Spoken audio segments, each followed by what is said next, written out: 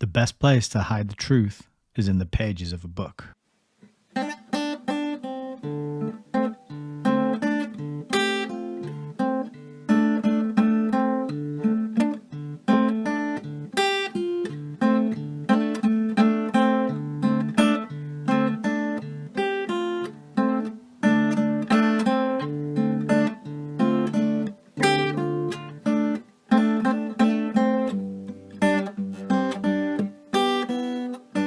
Maybe we should just read.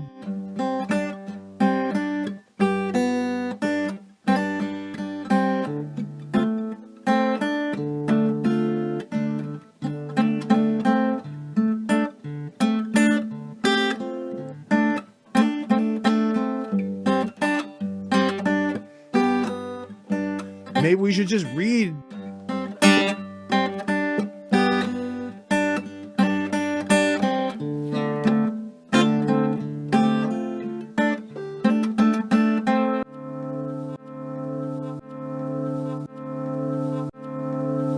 Welcome to Hayes Reviews.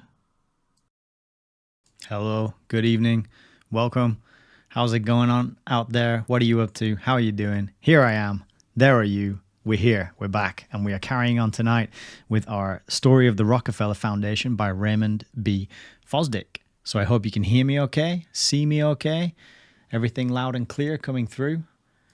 I've got a really interesting pre-show, preamble ramble. I wasn't planning on doing one because originally the plan was to just finish the book. I was going to get right into it and just blast out the last 45 pages or so because I just want to get it. I get frantic towards the end of a book, and I'm a bit of a completionist and I just want to get it done. But then I thought, no, I'll do a little bit of something because there is a topic that I do want to talk about based on the last two chapters we read on Tuesday. And so I started to prepare a little preamble ramble for that, looking on a Wikipedia page. And then that just led me on to some other things. And now we've probably got quite a chunky, sizable little introduction to get through tonight. And so I think we better get straight into it, if that's okay, without too much further ado, just to keep it reasonably short, but I think we'll probably only get 2 chapters done tonight, and that'll leave us another 2, the final 2, for Saturday night's broadcast. So I'm pretty sure, unless I get some sudden burst of energy and enthusiasm and we decide to go long, but I think if we do the whole final 40 pages tonight, we're going to be clocking in at like 4 hours or something. So, I want to be respectful of your time, and I'm a bit sleep deprived tonight, so I want to get to bed at a decent time. So let's crack on. So, humanism. So if you were here on Tuesday, you will know, or if you caught up on Tuesday's video, the last 2 chapters were all about humanism, and they were entitled. Chapter 19 was The Humanistic Studies. Chapter 20 was Humanism as an Interpreter. And it was all about how the Rockefellers were pouring money into various universities and academic think tanks and institutions to bolster up and grow these sort of humanistic subjects and topics and areas of study, right? So I thought let's dwell a little bit on humanism and find out what it is. They've used these ism words. If we're not clued up on what they mean and what they refer to, then we're at a bit of a disadvantage when we read them in books because we don't know what the writers are talking about. But humanism, as I started to learn from our good old friend Wikipedia, is quite in depth. It's quite a long article that they have here, and it goes back. It's got a lot of history, and so I've been through this and highlighted some key bits that I want to draw out and look at. Then we've got a couple more tabs to go through, a couple of solutions, things at the end to show you as well, and then we'll dive right into the next 2 chapters, which are about the Rockefeller funding of leadership. And then the second chapter we're going to do tonight is just called Throughout the World, in inverted commas, like I'm doing with my fingers here. The chapter is just called Throughout the World. So how about that for people who don't think that there's an effort to standardize the world the Earth's systems and the that we live in, the humans live in, there is definitely incontrovertible proof and evidence for a one world government, one world system being implemented and rolled out, and we're living through it, and it's been planned for a long time, and that's what these books show us. So that'll be a good chapter to get into, I think.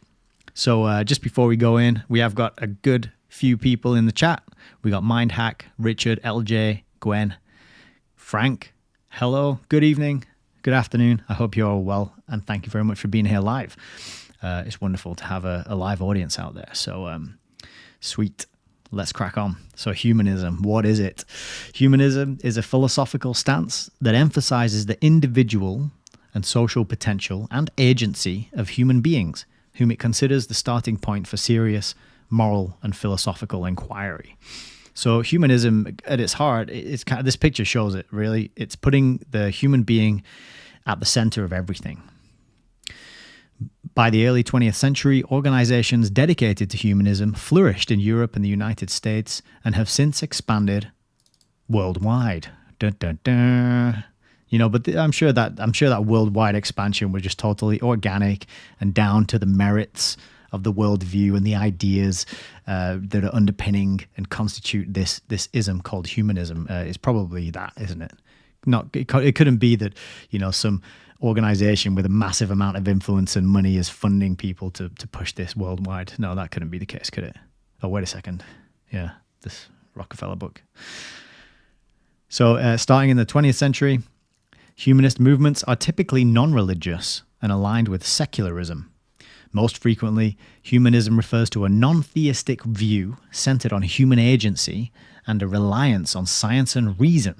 So this is, we've talked about many times, particularly in reference to the Rockefeller book, the Bertrand Russell book, scientism. This scientism, this worship of reason, this putting on a pedestal of the scientific method, but it's not really the scientific method, it's more like scientism, because it's not like we all get taught the scientific method and we're then trained to apply it to everything that we do in life. No.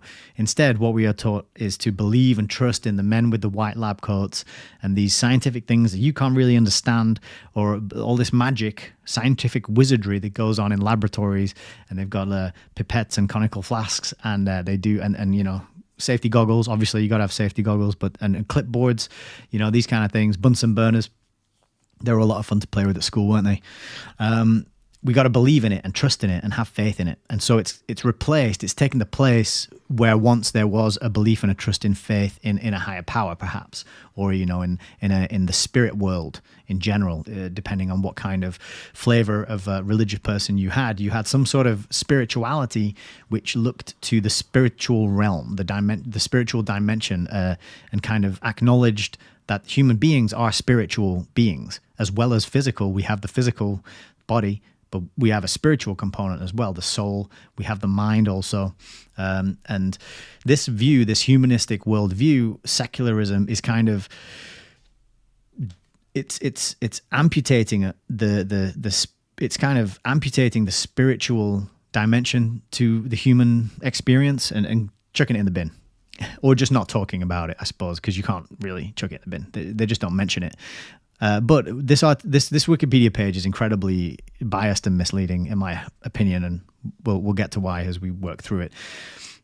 But that is a really key part, that it's non-religious and it's aligned with secularism, and it puts human beings at the center of everything, and it's all scientific and reason-based. Humanists tend to advocate for human rights, free speech, progressive policies, and democracy. And this sentence is really key because it sets the tone for the rest of this entire webpage, which is the implication that humanists are the only people who advocate for human rights, free speech, progressive politics, and democracy. The implication that you're left with is that the religious folk aren't interested in any of this stuff. They don't believe in human rights. They don't care about free speech, and so on. That's kind of the implication that we get all the way through this. People with a humanist worldview maintain religion is not a precondition of morality and object to excessive religious entanglement with education and the state. So they want to get rid of religion from education and from state statehood and the way states work, which that's an argument that I'm not going to weigh in on, because it depends on the religion that you're talking about and how you define religion, and so many questions. You got to define your terms before you can even get into that discussion. But that is their position, and they don't want to be teaching children anything to do with religion, and they don't want the government, the way that we are run, that these tax farms are governed, are administrated. They don't want that anything to do with God or spirituality to be involved in those institutions. The etymology of the word derives from the Latin word humanitas, first used in ancient Rome by Cicero and other thinkers to describe values related to liberal education. This etymology survives in the modern university concept of the humanities, the arts, philosophy, history, literature, and related disciplines. So the humanities, this is what we were learning about on Tuesday with regard to the Rockefeller Foundation and its funding efforts, pouring money into teachers and training people who were involved in these sorts of disciplines. You know, what could go wrong when the Rockefellers are choosing what books are held in the library and who writes the history books and which philosophers get funding and which artists and dramatists and actors get backing and are enabled and emboldened to go out and put their work out there. And we didn't really get that insight we didn't get a lot of names in the last couple of chapters. We got a handful here and there, but they didn't really tell us what type of art, philosophy, history, literature, and drama was being funded. My guess would be that it would be the kind of stuff that encompasses humanistic and humanistic ideas and humanism. But I can't verify that and back that up right now. So the definition.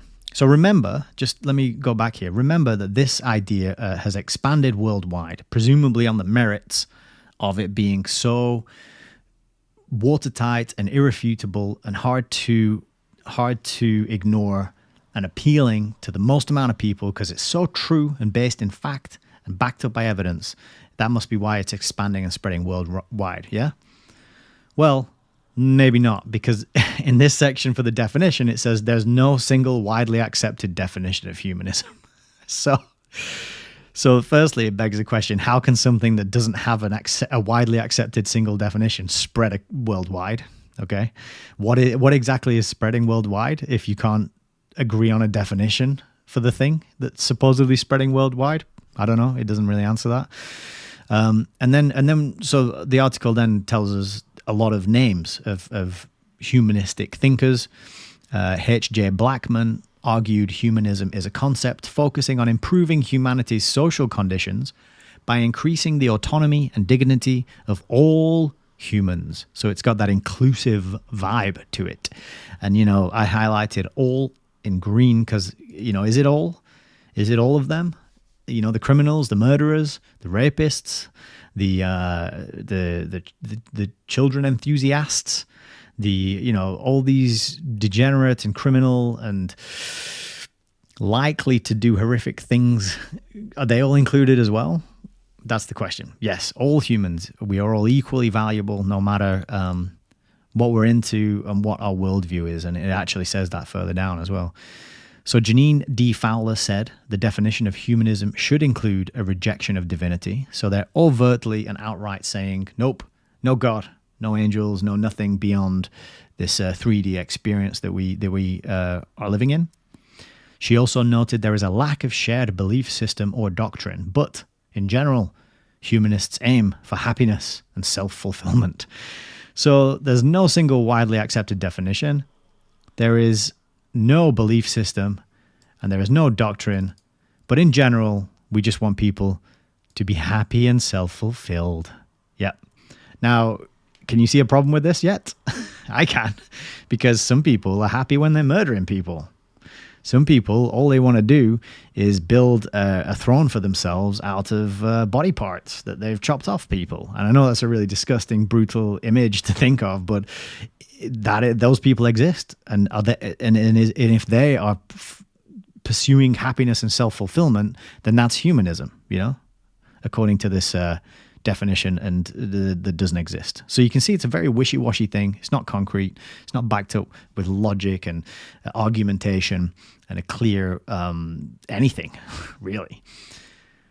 We got the prominent humanist Andrew Copson, and he attempted to lay down a definition. He says humanism is naturalistic.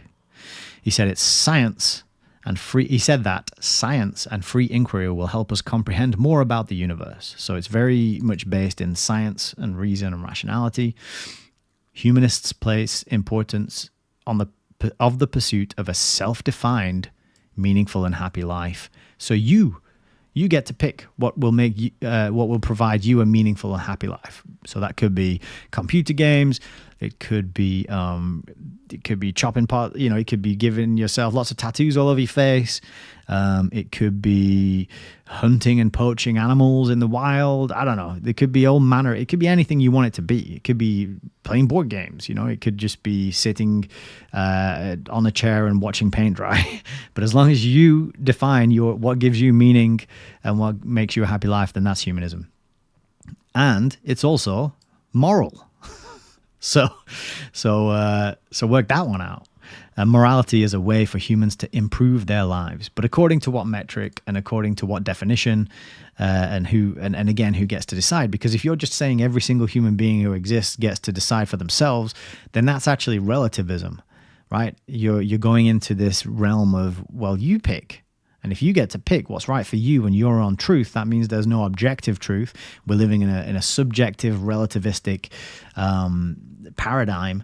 And that, if you listen to any amount of Jay Dyer, you probably know is completely self-refuting. Relativism doesn't go anywhere. It doesn't make any sense. It's an incoherent way to approach reality and to understand reality. So it just negates itself in a self-contradictory loop.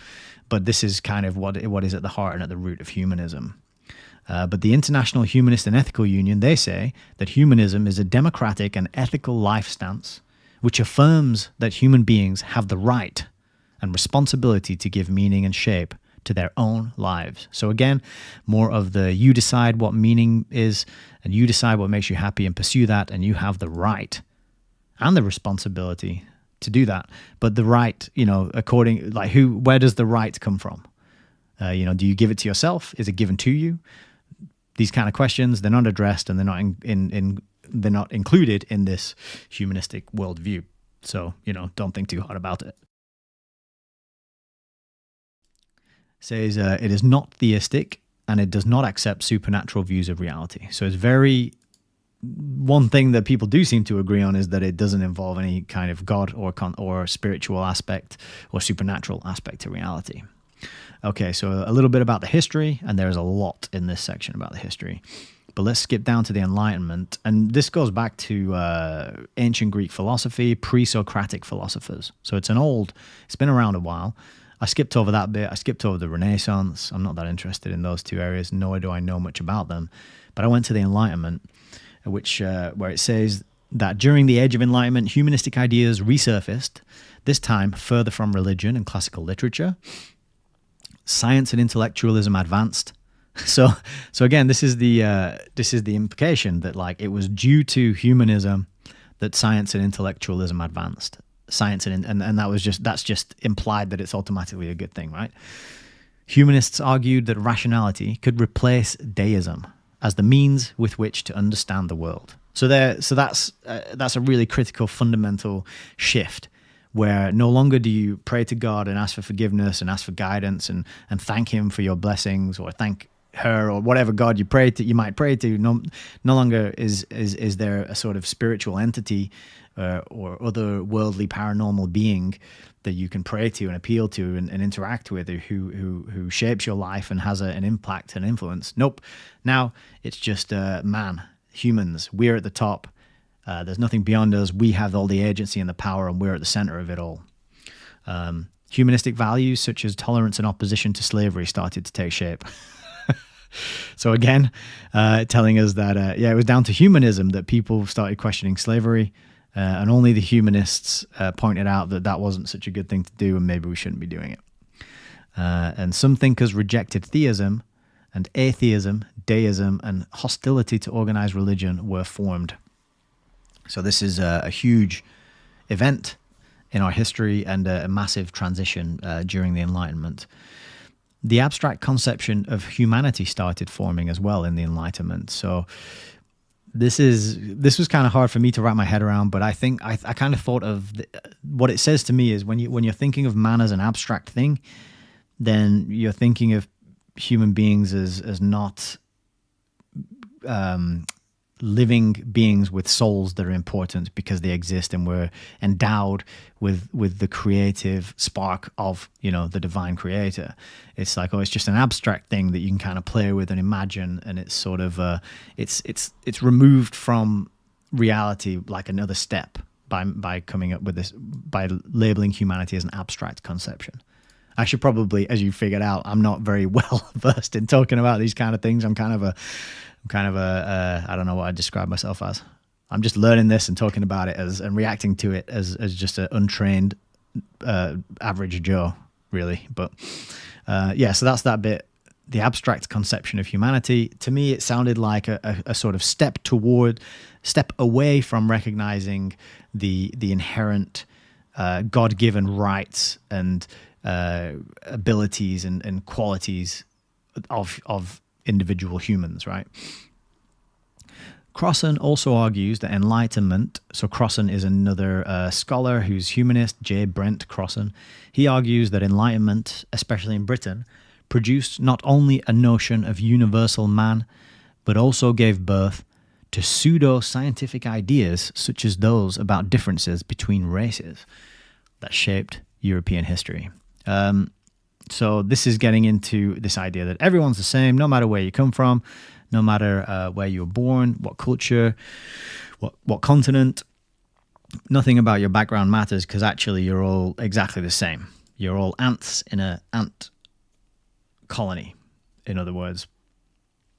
So then after the Enlightenment, we get to Darwin and the current era.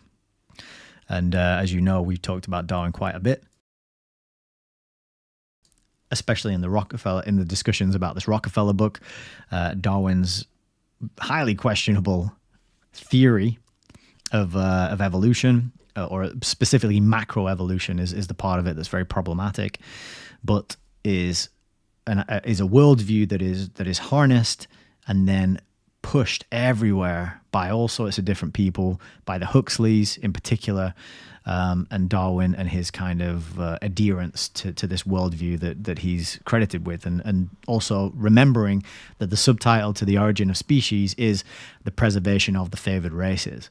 And it's the foundation on which social Darwinism is created, and this idea that it's a dog-eat-dog world, it's kill or be killed, it's might makes right, humans are just another animal, and you have to fight to survive, and all's fair in love and war. So whatever you have to do to survive is fair because it's Darwinian evolution, and that's the way the world is.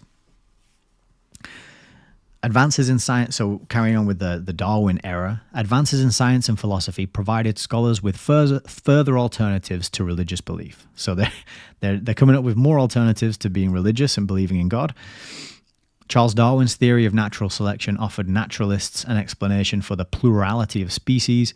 Darwin's theory also suggested humans are simply a natural species, which contradicted the traditional theological view of humans as more than animals.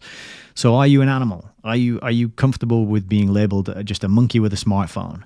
That's basically what we are told in this day and age, for the most part, that we're just monkeys, we're just advanced monkeys, there's nothing better about us, and in fact, we are worse than the monkeys because they don't harm the natural world and kill Gaia, Mother Earth, in the way we do. They don't raise the temperature of everything by eating hamburgers, So we're actually being told now that we're not even equal to the animals. We're actually worse than the animals. But in Europe and the US, as philosophical critiques of theistic beliefs grew, large parts of society distanced themselves from religion, and ethical societies were formed. So there were no ethical societies before Darwin came along and before humanism attached itself, and the humanist movements came along. But now, thank you to Darwin and humanism, we have ethical societies and we have moral behavior. So isn't that good? Because before this, we had no idea how anything worked. The rise of rationalism and the scientific method was followed in the late 19th century in Britain by the start of many rationalist and ethical associations. Again, pushing the idea that humanism is connected to morals and ethics and science. In the 20th century, humanism was further promoted by the work of philosophers such as Bertie, there he is, Bertrand Russell. And he advocated atheism in Why I Am Not a Christian, which further popularized human ideals. So if you are new to the channel or you've only followed along for this reading of the Rockefeller Foundation, in the playlists, I also have a reading of Has Man a Future, which is a Bertrand Russell book, and that was quite revealing too. Bertrand Russell is one of the people close to the Huxleys, close to the Darwins, close to the Galtons. So very much worth knowing about him and his work and his ideas that he was pushing. So he's involved in this humanism too. And then we have other prominent public figures: Isaac Asimov, John Dewey, Eric Fromm, Paul Kurtz, Carl Sagan, Gene Roddenberry. I think he created Star Trek, if I'm not mistaken. There you are. And they all joined this American Humanist Association. The humanist organizations from all continents formed the International Humanist and Ethical Union, which is now known as Humanists International, and promotes the humanist agenda via the United Nations organizations, UNESCO, and UNICEF. So how about that? The UN, UNESCO, and UNICEF, they are pushing and promoting this humanist agenda. Might be why we all grow up with it, and we get taught this in our schools, and it is kind of the default worldview that we see in pretty much every piece of media that is made. Every series, every film, pretty much they never mention God. If there's a priest in all these, they're always a bumbling maniac or a bumbling idiot or a maniac who are kind of, I just watched a series called The Gentleman, and there's a character in that called The Gospel. And he's just a kind of homicidal maniac gangster, but he prays to God. And all these gang that follow him around, he gets them to pray as well. So you see it now in every TV show and every film. It's always this anti-Christian painting a picture of religious people as either completely stupid and dumb or evil and the bad guys. So could be something to do with that. United Nations, UNESCO, UNICEF, all pushing this humanist worldview. But there are lots of varieties of humanism. The early 20th century naturalists, who viewed their humanism as a religion and participated in church-like congregations, used the term religious humanism. So this bit stood out to me because the thing about religion is we're human beings are religious creatures. And again, you got to be, I'll have to explain what I mean by that. When I say religious creatures, I don't mean that we are all Christian or Muslim or Jews or one of the established religions. What I mean is the structure, and Jordan Peterson talked about this a lot back before he went shit, that we have a hierarchy of values. There's things that we do, we say we do things religiously, and that could be like putting on makeup or brushing your teeth or checking your phone or, going to church. We have this like ritual behavior and we have this hierarchy. Some people, they hate lies. There's a few people in my family who hate liars and they always tell the truth. And I like those people, to be honest, because, for better or for worse, they'll be perfectly honest and truthful with you. And I always appreciated that growing up because I knew where I stood with those people, right? But other people will have, wealth at the top of their hierarchy, and that will be their religion. I've got to get more wealth and more material things and get more stuff for me. So we all have this like built-in sort of structure, which I call religious, because we all have things that we prioritize above other things, and therefore that's kind of our religion. And so yeah, I don't think I explained that very well. Like I said, I'm not trained in these kind of things, but my point is that if you kick off like Christianity for some reason, and you might have a very good reason to be like, oh no, Christianity is not for me, something will take its place, right? And the social engineers and the people who, create our culture and plan the societies, they know this, and they will put something in place of that. So they will poo-poo Christianity, for example, in the media and just run it down so it's a boring, uninspiring, unspiritual experience, which is me describing the local Roman Catholic church that I occasionally attend with my granny. It's a very uninspiring, boring experience for me. I don't feel much of anything when I'm there. And I think that's been done on purpose, because you look around, there's no young people there. It's just really just a lot of old people who've been going for a very, very long time, and they're hanging on in there, but it's not doing anything for me personally. And so they'll poo-poo it and run it down and turn people away from it. But what gets put in there instead is this kind of humanistic worldview, which doesn't make any sense, as we're figuring out, and is being pushed by massive entities such as the Rockefellers and the UN. So, what do you think that tells you about how good it is for you? I think that little rant there didn't make much sense, but I don't know. Hopefully you got something out of it and you see where I'm going with it. Anyway, let's carry on. So there's different varieties of humanism. There is a Christian humanism. There's ethical humanism. There's scientific humanism, which emphasizes belief in the scientific method as a component of humanism as described in the works of John Dewey and Julian Huxley, who was one of the founders of UNESCO, wasn't he? And scientific humanism is largely synonymous with secular humanism. So this bit is very important, because it's basically what we have today. It's basically what most of our Western societies are running. It's the cultural program that they're running, that we live in, and we kind of download through our upbringing, our schooling, our television, our media, and all this kind of thing. It's a secular humanism largely. And secular humanism itself is synonymous with the contemporary humanist movement. Okay, so the Rockefellers, they fund the humanities and humanism is synonymous with secular humanism, and scientific humanism are synonymous, and that is synonymous with the contemporary humanist movement. Okay, does that make sense?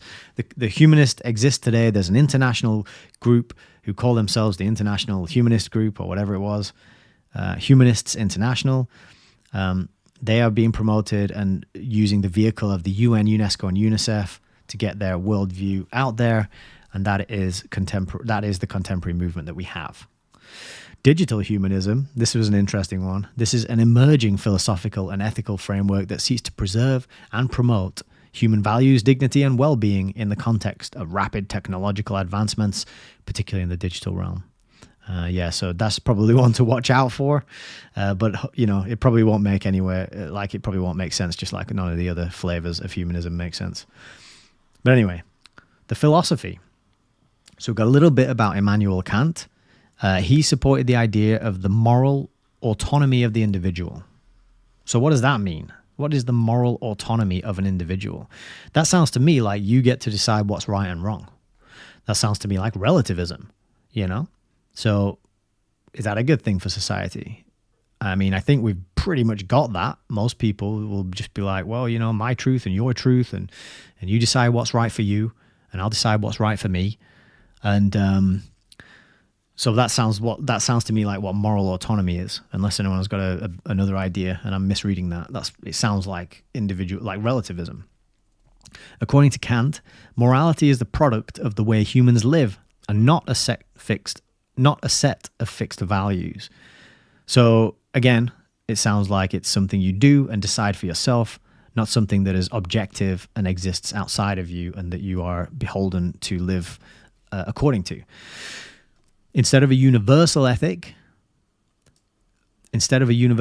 code, Kant suggested a universal procedure that shapes the ethics that differ among groups of people. So again, more relativism. Humanism is strongly linked to rationality. Yeah. And so therefore the implication is non-humanism is linked to irrationality. And as we know, humanism rejects theism and rejects religion. The implication then is that all those things are irrational. For humanists, humans are reasonable beings. And reasoning and the scientific method are means of finding truth, right? So linking humanism to truth. And this idea is quite questionable. I think the events of the last 4 years would make many of us question this assertion. Humanists argue science and rationality have driven successful developments in various fields, while the invocation of supernatural phenomena fails to coherently explain the world. Well, I mean, if you want a coherent explanation of the world that includes supernatural phenomena, there's plenty of people doing that in real time today, but none of them are mentioned here, obviously. For humanists, autonomy dignifies each individual. Without autonomy, people's humanity is lessened. So again, you can see this little loophole where anybody, no matter how deprived or depraved or violent or prone to offending people physically, verbally, psychologically, you can't take away their autonomy because that will lessen their humanity. And according to humanism, people's humanity is the most important thing. So we can't put restrictions on the people who like to do that sort of stuff. You can see that loophole being kind of prepared. So we have the humanist advocate Corliss Lamont, who wrote in his book, The Philosophy of Humanism, he said, "The watchword of humanism is happiness for all humanity. It heartily welcomes all life-enhancing and healthy pleasures." So it's the pursuit of pleasure. It's the immediate, in-the-moment happiness and pleasure. What makes you happy right now? You want to do another line of coke? Go at it. It makes you happy. Therefore, it's good in the eyes of, in the worldview of humanism. All right. Themes. Morality. So the top theme of humanism is morality. Starting in the 18th century, humanists were oriented toward an objective and universalist stance on ethics. But I think that kind of contradicts what it has become now. Because nowadays I don't think it is objective and universalist, but it started there. As part of social changes in the late 20th century, humanist ethics evolved to support secularism, civil rights, personal autonomy, religious toleration, multiculturalism, and cosmopolitanism. So everybody's enjoying the multiculturalism these days. And then we've got this humanist philosopher, John R. Shook. And I thought it was interesting that he doesn't have a page on Wikipedia. His name's there, but there's no page for him. And he argues that Homo sapiens has a concept of morality that must have been with the species since the beginning of history. He adds morality is universal among human cultures, and all cultures strive to improve their moral level. He calls moral naturalism the view that morality is a natural phenomenon, can be scientifically studied, and is a tool. So all this bit, to me, sounds a lot like Mark Passio's Natural Law and his work and his documentary, The Science of Natural Law, which I'll be honest, appeals to me very much. And I say appeals to me because it feels like it is correct and intuitively it helps me make sense of things. But I don't know how to prove it or debate it or defend it. And I'm sure if I had a conversation with Jay Dyer, he would rip me to bits. But I thought it was curious that the guy here who is named as stating and creating this case doesn't have a page about him. They left him out. They're not telling us any more about him. Whereas all the others, they have pages that you can go to learn more about them. So how about that? Humanism's godless approach to morality has driven criticism from religious commentators. According to Dostoevsky's character Ivan Karamazov in The Brothers Karamazov, if God does not exist, then everything is permitted. So that's a great point. And what is everything is permitted sounds a lot like do what thou wilt shall be the whole of the law. This argument suggests chaos will ensue if religious belief disappears. For humanists, theism is an obstacle to morality rather than a prerequisite for it. So it's very much tied up with the existence or not of God and that and what that the implications that has on the questions of morality. So religion, humanism has widely been seen as antithetical to religion. But as I said earlier, it probably just kind of replaces religion. Humanism was linked with prominent thinkers who advocated against the existence of God using rationalistic arguments. The meaning of life. Humanists commonly say people create rather than discover meaning. So you create your own meaning. Again, putting the human at the center and leaving it up to you to decide things mean.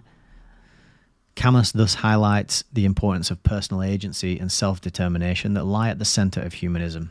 Yeah, so it's all about you and your development and your happiness and your self-actualization and your self-determination.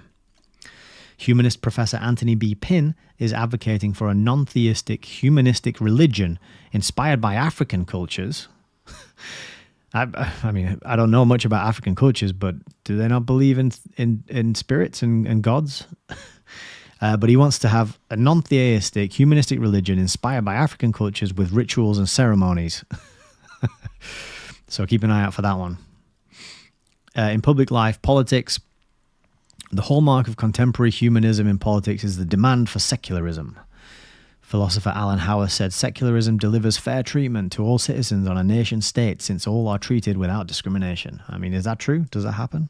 I don't think so. While barbarism and violence can be found in most civilizations, Howarth notes religion usually fuels rhetoric and enables these actions. So we need to get rid of religion and worship humans instead. According to Howarth, humanism opposes the irrationality of nationalism. So that tells you that it's a tool to get rid of nationalism. And why would you want to get rid of nationalism? Oh, because you want to set up a one world, global, worldwide type system, right? So it's a good tool to get rid of nationalism. Joseph O. Baker, he says that contemporary humanism is formed by two main tendencies. One is individualistic, and the second is collectivism. And so collectivism, again, another useful tool for breaking down the nation state and getting us into prepared and ready to receive this top-down sort of one-world system, which is being rapidly established. But it tells us here that collectivists have a more applied view of humanism. They lean towards socialism and have a humanitarian approach to ethics. So suggesting that collectivism is more ethical and more moral than individualism. And a factor that repels many humanists from the libertarian view is the neoliberal or capitalistic consequences they feel it entails. So again, it's this kind of misrepresentation of capitalism, and that is the specific ism that gets blamed for a lot of problems in the modern world. You know, oh, well, the problems we have is because of capitalism, when really we don't have open and free capitalism, right? We have a controlled kind of crony capitalism that serves the banking powers and the banking interests and the central banks. So it's a very convenient thing to blame capitalism for problems which are not created by capitalism. Humanism has been a part of both major 20th century ideological currents, liberalism and Marxism. So interesting here to see Marxism linked to humanism as well. And early 19th century socialism was connected to humanism. So we're learning even more now that humanism is bound up with these two very important isms: socialism, which is just the early stage slow version of communism; Marxism, which is the kind of philosophical system that those two isms are built on, very closely linked to humanism. Then we got in the post-1945 era, Jean-Paul Sartre and other French existentialists advocated for humanism, linking it to socialism. So another link there between socialism and humanism. So in psychology and counseling, we've got humanist counseling focuses on respecting the client's worldview. So again, it's about how do you see things? What's your specific, unique, relativistic worldview? And that's what matters most, not whether or not your worldview actually tallies with objective reality. And it also recognizes the importance of moral questions about one's interactions with people according to one's worldview. So you can see that humanism is part of what made the current clownfish problem possible, isn't it? By putting first and foremost the individual's worldview. Oh, my worldview is that I am in the wrong body, and then everyone around you has to bend to that and play along with it as though it's true and believing that it's true because of this primacy and this focus on the individual's unique worldview is what matters and is true, because we all get to create our own truth. Okay, demographics. This is quite interesting. So this is Trejo, scholar Yasmin Trejo, or Trejo. did some studying and found that most humanists identify as atheistic or agnostic, and 16% only identify as religious. So people who are humanists tend to think of themselves as not religious, and I would argue that we're all religious in one way or another. She also found most humanists, 80%, were raised in a religious background. There is a gender divide among humanists. 67% are male. Trejo says this can be explained by the fact that more males self-identify as atheist, while women have stronger connections to religion because of socialization, community influence, and stereotypes. So it's the social pressure which makes women more likely to be religious and nothing else. Other findings note the high level of education of most humanists. So humanists are also more intelligent and they have a higher level of education. How about that? And the population of humanists is overwhelming non-Hispanic white. So that, again, really stood out to me, because what is happening these days to the white peoples of the world, right? What is happening to the demographics in, European countries, in England, in America? There's a big change going on in the London and Birmingham City and Manchester here in the UK. Massive demographic changes in a very clear direction. You only need to walk around and you can just see it. You can go to certain areas and you can see it. Like whole areas now have a very clear demographic shift from what they were 40, 50 years ago, 60 years ago, let's say. Total transformation now, like you would think it's another country almost. But we get here, there's a little section on criticisms, and some of these are pretty good and valid, I think. So, sociology professor has stated that humanism's focus on empathy and compassion rather than goodness and justice is a problem. And it's also been called amoral and materialistic, which, I think that's a valid criticism. That's what it seems to me. And the main criticism from evangelical Christians is that humanism destroys traditional family and moral values. Well, the question would be: this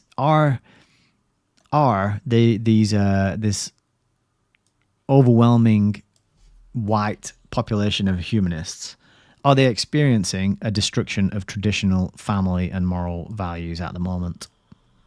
I think they are. According to Corliss Lamont, this criticism is a malicious campaign by religious fanatics, the so-called moral majority, who need a demonic scapegoat to rally its followers. Other religious opponents scorn humanism by claiming it is materialistic, thereby diminishing humanity because it denies the spiritual nature and needs of man. I think that's a good criticism too. And also because the goal in life is the acquisition of material goods, humanism produces greed and selfishness. But there's a response saying, well, it doesn't have to be just material goods. But he does acknowledge a tension in humanism that because of its championing of scientific knowledge, it appears to be committed to a materialistic conception of human beings as physical systems and therefore as not much difference from anything else in the universe, which I think is very true, very on point. So vague and indefinable, that's another criticism of humanism, which it's not really a criticism. That is like it's a feature, not a bug, right? It is vague and indefinable. It said that right at the top of this page. The difficulty of, but this person, who is it? Who said this? I think this is Sarah Bakewell, maybe. Says oh no, this is just whoever wrote this is just the voice of Wikipedia, right? The difficulty of defining humanism is not necessarily a problem. Yeah, so apparently it doesn't matter if you have a definition of something or not. Davis avoids offering a definition, choosing instead, this is Tony Davis, choosing instead to stress the plurality, complexity, and fluidity of meanings. So that is just absolute relativity 101, isn't it? Meanings are fluid. So, you can change the word, you can change the meaning of the word that rhymes with shmam shmemic, for example, or you can change the meaning of the word that rhymes with squack squeen. And just change the meaning because meaning's fluid. And now everyone thinks they know what you're talking about, but you're talking about another thing because you changed the meaning because meaning's fluid, right? That's how relativism works. Relativism. Janine Fowler argues that the acknowledged vagueness of the term is an asset. So keep an eye out for her. And, if you see her, give her a slap, because that's just dumb. It's also been described as, this isn't really criticism, but it says, it mentions anti-humanism and Nietzsche, who says that objective truth is an anthropomorphic illusion and humanism is meaningless. And replacing theism with reason and science simply replaces one religion with another. Yeah, so that's kind of the point I was getting at. I definitely stole it from Nietzsche. It's not an original thought of mine. So now the interesting bit, really, this is the bit that is making this preamble ramble long. But I forgot to hit record again. Anyway, I think it's worth it. So the humanist organizations, the 3 countries with the highest numbers of humanist international member organizations are the UK, India, and the US, right? So again, the overwhelming white populations, except for India. I don't know why India's in the mix here, but it is. In 2015, London-based Humanists UK had around 28,000 members. Its membership includes some high-profile people such as Richard Dawkins, Brian Cox, Salman Rushdie, Polly Toynbee, and Stephen Fry. Now, Toynbee, that should be a name that is familiar to people who've tuned in for the reading of the Rockefeller Foundation. If you remember, there was a gentleman called Arnold Toynbee. And Arnold Toynbee was paid by the Rockefeller Foundation to write history books. And Polly Toynbee is his great-granddaughter. So how about that? And then also you got Brian Cox. He was originally a keyboardist in a band called D Ream. And I learned that from Mark Devlin. And to ream as a verb, if you ream somebody, that's got a kind of nasty, sort of perverted sexual meaning, which I didn't know about. But he was in a band called D Ream. So yeah, don't listen to anything he says. Polly Toynbee, we're going to learn a little bit more about her in a minute. But the AHA established the Humanist of the Year award because they always like to give each other awards, as we've learned. The Charlemagne Prize was a big one that we've talked about, and the Rockefellers. We talked about another one, didn't we? Was it Chatham House? It was related to the think tanks. But the AHA established the Humanist of the Year award to honor individuals who promote science. By the 1970s, it became a well-recognized organization initiating campaigns for abortion rights. Because nothing says like a love of and a cherishing attitude towards humans like abortions. And then it says, see also, alternatives to the 10 Commandments, secular and humanist alternatives. So they're rewriting the commandments as well. And then also materialism and misanthropy stood out to me there. But this award thing was quite interesting. And this is what turned this preamble ramble into something longer. But first, a little note on Polly Toynbee. So she's a member, 28,000 members. She's one of the notable members. So who is she? Well, she's a columnist for the Guardian newspaper. She's been a social affairs editor for the BBC. She's worked for the Independent newspaper, and she's vice president of Humanists UK. And she became a patron of the Right to Die organization, My Death, My Decision, in 2021. Again, nothing says a love of and worship of humans than, assisted suicide. Her background is that her grandfather was the historian Arnold J. Toynbee, and her great-grandfather, her great-great-uncle, the philanthropist and economic historian Arnold Toynbee.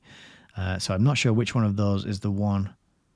There he is. That'll be him, the London School of Economics. That'll be the one that's funded by the Rockefellers. This one here, I don't know about this one so much. But she's the granddaughter of Arnold Toynbee, who was funded by the Rockefellers to write the history books. She passed one A level, and on the strength of having one A level, she got a scholarship to Oxford. Then she had an affair and got pregnant, and she got rid of that by having some illegal abortion-inducing pills.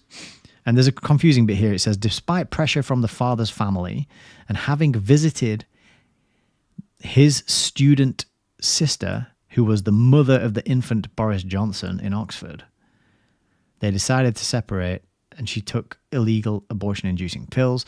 She dropped out of university after 18 months, and she's And this was because she had an affair with a married TV presenter. And then she worked in Rhodesia for Amnesty International, but she was kicked out by the government. Okay? It gets better. What's her career? Well, she is chair of the Brighton Festival and deputy treasurer of the Fabian Society. Bow, bow, bow. Those of you who've been in the Telegram group and have checked out the poll will know that Fabian Society, this book, Fabian Freeway, is very likely to be the next book that we read on the channel. We've done a poll and it's still in first place. So what a little coinky-dink there that she is the treasurer of the Fabian Society. How about that, eh? Going down. There's all sorts of stuff here. But right, remember her academic? So she got 1 A-level and she was given a scholarship to Oxford University. And she did 18 months and she dropped out. And despite that, right, check this out. She's been given an honorary degree by the University of Essex in 1999, and she was given one by London South Bank University in 2002. Then, in 2004, she was awarded an honorary degree of Doctor of Letters from Loughborough University, and then, in 2005, she was made an honorary doctor of the Open University. But it doesn't stop there. There's more. The University of Kent awarded her the honorary title of Doctor of Civil Law in November 2007, and this was followed in 2008 when the University of Leeds awarded her 4th honorary doctorate, and in 2007 was named Columnist of the Year.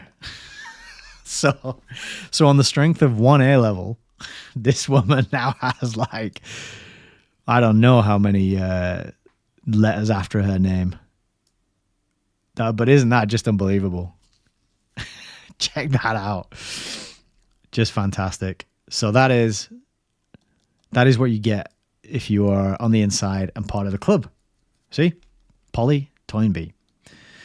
So just going back to the humanists, we got this AHA's Humanists of the Year Awards, and it's always interesting to look at who receives these kinds of awards. Margaret Sanger. Like, if she's a humanist, I am a panda. You know? Julian Huxley. founder and first president or chairman or whatever of UNESCO. Carl Rogers, Maslow, so Maslow's hierarchy, I think, is he did that. R. Buckminster Fuller, you know, he probably did some good stuff. B.F. Skinner, so he's the social conditioning and operant conditioning scientist who figured that out. Jonas E. Salk. So Jonas E. Salk, he wrote a book called Survival of the Wisest, which I'm going to show you in a minute. He's kind of gone down in history as, you know, a pioneer of the quacks queen. Trying to come up with code words so we don't get banned. Modality or methodology or whatever you want to call it. Carl Sagan, Isaac Asimov, Margaret Atwood, Kurt Vonnegut, Richard Dawkins, but he got revoked in 2021 for some reason. So I'd like to know the story behind that. And then other famous atheists, Daniel Dennett, Steven Pinker, Bill Nye, Science Guy, Gloria Steinem, who it's been admitted now was funded by the CIA, Salman Rushdie, and then Anthony Fauci, obviously. What a great, yeah, he definitely deserved an award, doesn't he? And then Michael E. Mann. I don't even know who that is, but always interesting and illuminating to look at who gets these awards. And then underneath it says, see also Bertie Russell, obviously, because you can't learn about this stuff without Bertie being nearby, can you? So Jonas Salk, The Survival of the Wisest. I haven't read this book, but I do know that it's quite revelatory and revealing, and it has a lot of the sort of quiet part out loud, or more like quiet part written in a book that nobody reads.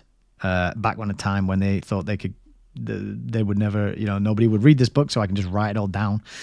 But I know this book is kind of infamous and has a bit of a reputation, and it is referred to by the likes of Jay Dyer and Alan Watt as well. So there's got to be some good stuff in here, I think. It's a bit about mutations, a new kind of human animal. So I think this is going to be kind of probably transhumanist. A kind of transhumanist text, right? A new kind of human animal. to distinguish the wholesome from the sick. So it's sounding like it's got eugenics overtones. You know, we got to get rid of, we got to keep the wholesome ones and help them to breed and get rid of the sick ones. Man, his own victim. Emergence of being from ego domination. Transition from epoch A to epoch B. So it sounds like it would be quite revelatory and a good book to get our teeth into. I wanted to put that on the radar, and you can, I'll link that below so you can read that on the PDF version. And just as a note, this is a quick search on Bookfinder. Cheapest copy of this that you can find is £200.42. And that's the cheapest copy of Jonas Salk's book. And if you go down here, it goes all the way up to like 500 quid. I think this page 2 here even has one for 800 quid. Yeah, 868 quid for that book there. So it is not cheap. It's not easy to find. So that means there's probably something in it that we should all know about and we should read, right? That's how I look at it. Okay, so final 2 bits, and then we'll get into the reading. A little plug for our friend G. Edward Griffin and his event, the Red Pill Expo. Not necessarily directly linked to the discussion we've just been in, but it is a good event, and I think his work is very much worth supporting and talking about. And I've mentioned this in previous videos, so I won't dwell on it too much, but he's got David Webb and he's got Andrew Kaufman at this event. And so on the topics of the health paradigm, the materialistic worldview, the humanistic worldview. In fact, this probably won't go so much into the humanism, but I think it will go into the kind of paradigms that have been funded and set up by the Rockefeller Foundation, and dismantling those and helping people understand where they come from, why they're not our friends, and why we should try and build parallel systems and alternatives that actually serve human beings instead of enslave human beings. So that's an event. I've got an affiliate link for that. If you're interested in watching the live stream or getting yourself down there, please click on my link and I'll get a little slice of the action. And then the last thing I wanted to promote and suggest people consider is this, which is Philosophy 101 with Jay Dyer. So this is a course, and it says here, this is not your father's philosophy. This online course will empower you to ask better questions, get better answers, and take ownership of your thinking so that it is not done for you. And I was present for the recording of this and in some of the Q&As as well. And it is an absolute tour de force. It really is. It's a long course, many hours, lots of book recommendations, source materials. Jay Dyer throws in his characteristic, witty, relatable, practical style. And he throws in quite a few, what do you call them? Impersonations and voices as well. But it was incredible. It just, if you're like me, not trained in these sort of things and not reading books about philosophy, and you don't know that it's a long conversation, because philosophers come along and they refute the things that were said before them, and they add to it and they hash out the arguments and they respond. So it's this kind of like long historic conversation that's been going on for a long time that, I think this is a really fantastic resource to get up to speed on that conversation. And you can see here I got my testimonial on the front page. I said, as a follower of Jay Dyer's work, I can say he's raised the bar into outer space with this course. Jay's knowledge is in-depth and his delivery is entertaining. I feel empowered to engage with the dominant ideas of the day.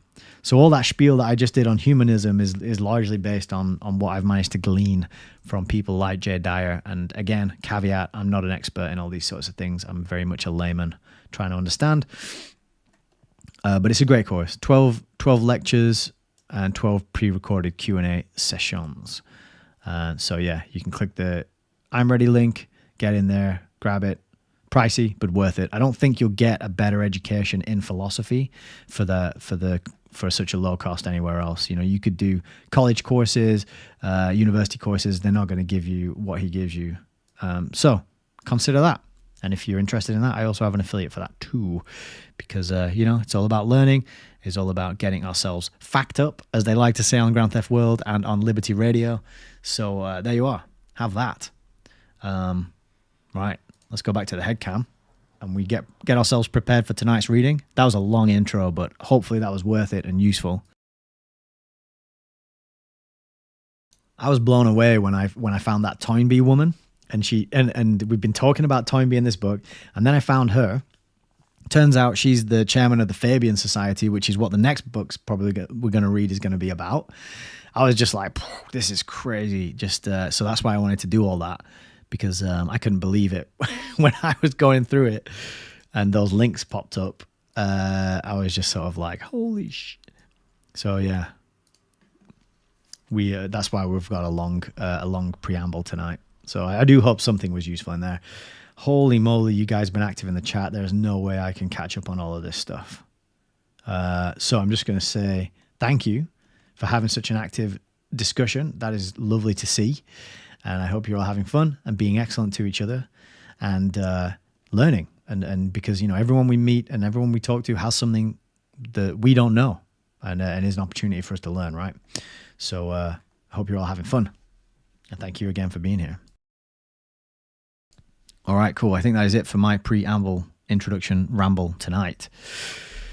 So, Peter, you said the intro is good. I'm glad you think so. Fantastic. Mindhack says Jedi's course is awesome. Yeah, it is. It is really good.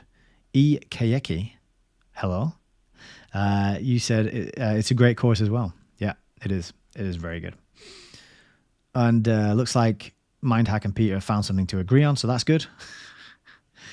And then Frank, oh my flipping God, Toynbee. I was howling with laughter here for a few minutes. Yeah, I thought you'd enjoy that one, Frank. I really did. What a connection, right? Just unbelievable. Yeah. So it just shows you that, because remember in one of the other ones that I did, I found that like a great granddaughter of Huxley was also married to a Darwin or something like that. Another link. So it's still going on in the present day, and you can see it on Wikipedia. Yeah, these families, they're still interrelated and taking care of each other. And, keeping it in the family is what I like to say. All right, cool.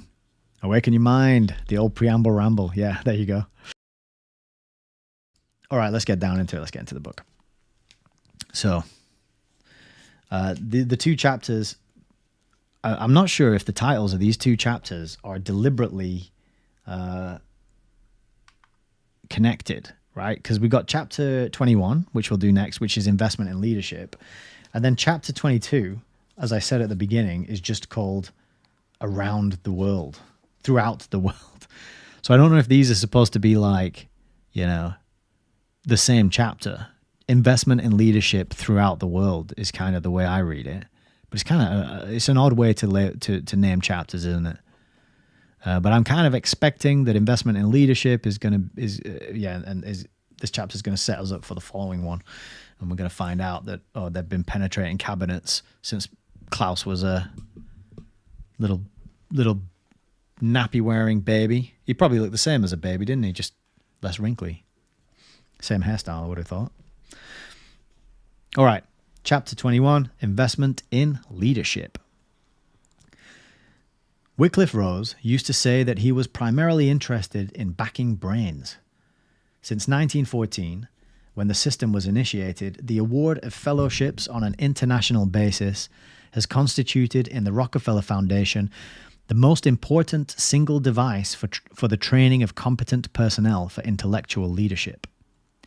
It has been an investment in ability, a gamble with promising talent, and, as we have already seen in earlier chapters, it has had consequences which cannot easily be measured.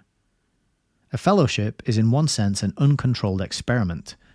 What kind of career the man in question might have had without assistance can never be determined.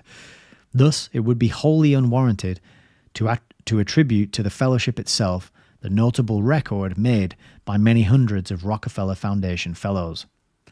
The testimony of the men themselves, however, is convincing evidence that fellowship experience, wisely planned and coming at a critical juncture in a student's career, can play a significant role. Over a period of 35 years, the Foundation has awarded some 10,000 fellowships, either directly or through intermediate agencies like the National Research Council, the Social Science Research Council, or the American Council of Learned Societies.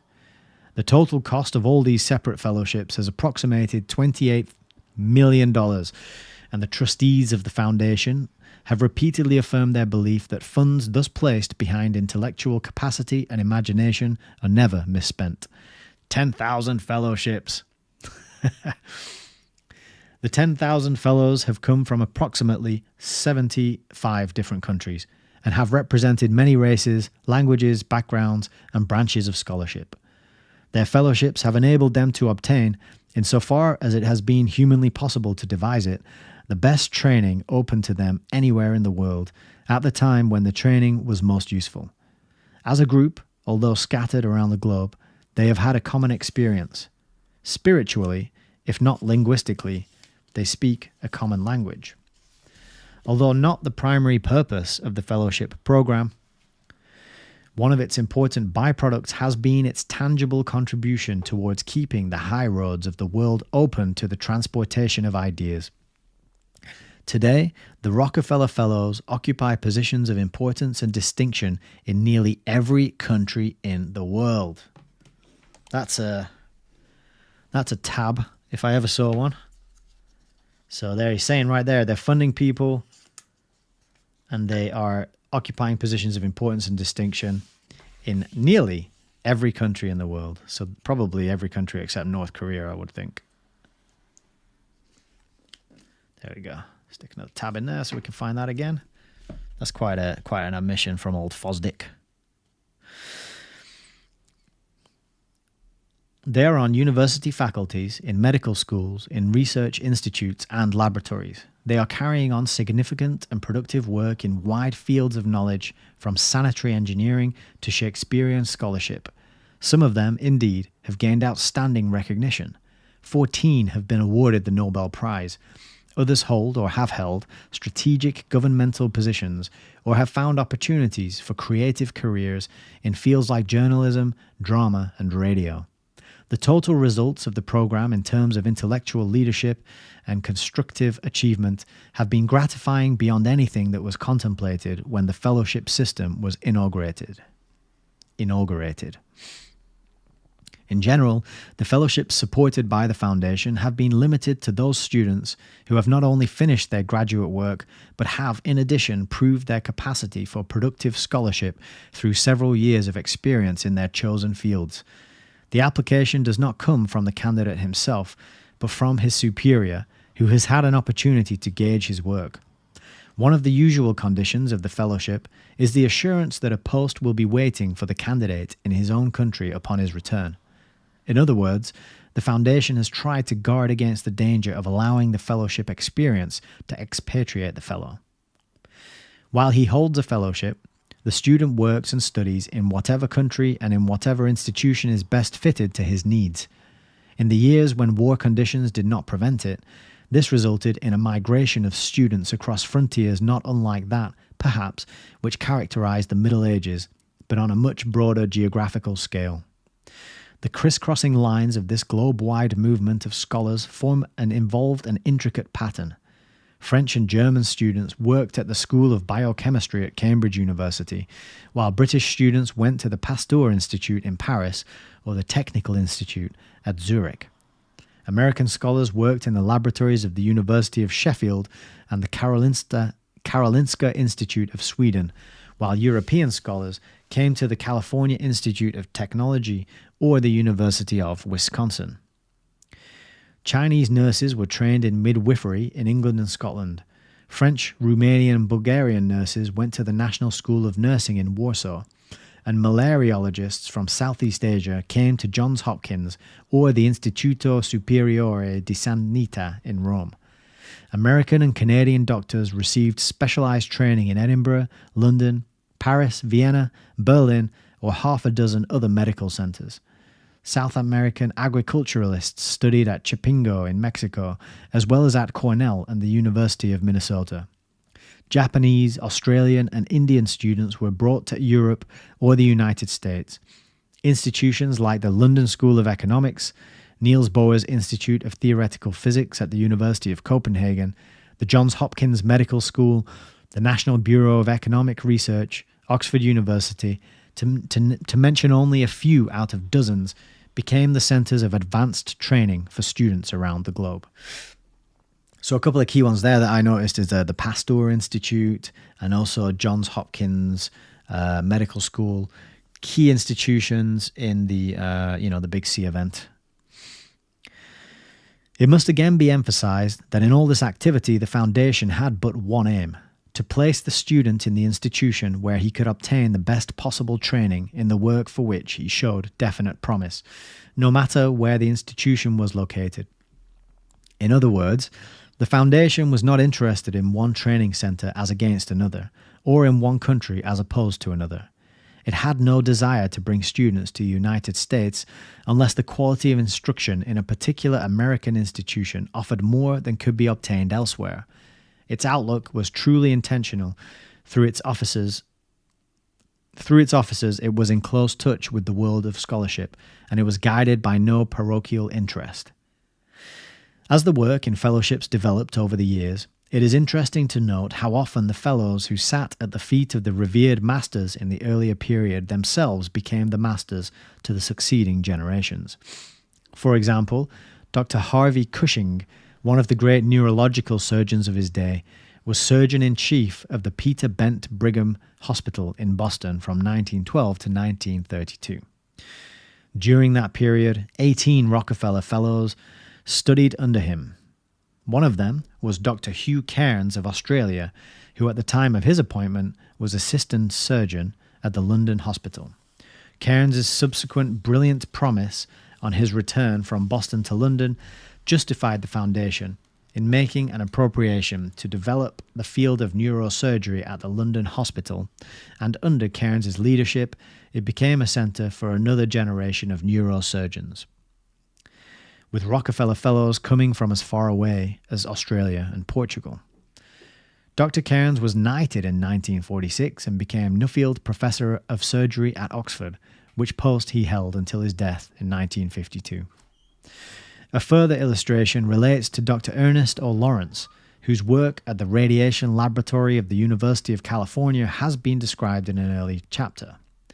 Part of his advanced training was received on a fellowship supplied by the Foundation through the National Research Council. Today, another generation of students is working under Lawrence at Berkeley. Prominent among them recently was Cesar Lattes, the brilliant young Brazilian, who, under a fellowship from the Foundation, carried on an epoch-making experiment in the production of mesons from atoms, and who is now, at the age of 25, a full professor on the faculty of the University of Sao Paulo. 2. In addition to the regular training fellowships awarded by the different divisions of the Foundation, special systems of fellowships were occasionally employed to meet particular situations. The establishment of the Welch Fellowships, named in honor of that wise and beloved leader in American medicine, Dr. William H. Welch, is a case in point. An appropriation of $168,000 was made to the National Research Council to support a plan for senior fellowships in internal medicine, offering long training and adequate stipends to carefully selected men from 30 to 40 years of age. In tenure and terms of appointment, these fellowships resemble the Trinity College Fellowships of Cambridge University or the Bate Fellowships in Great Britain, and the appointments are made at the discretion of the Council up to a total term of 6 years for each fellow. Fellowship holders are free to move to the clinics best equipped to train them, and their clinical and teaching experience, as well as their opportunities for research, equip them for university posts in medicine. Indeed, it was in the hope that this mechanism would provide a more adequate supply of highly qualified teachers that the Welch Fellowships were instituted. Another illustration of special fellowships, or rather perhaps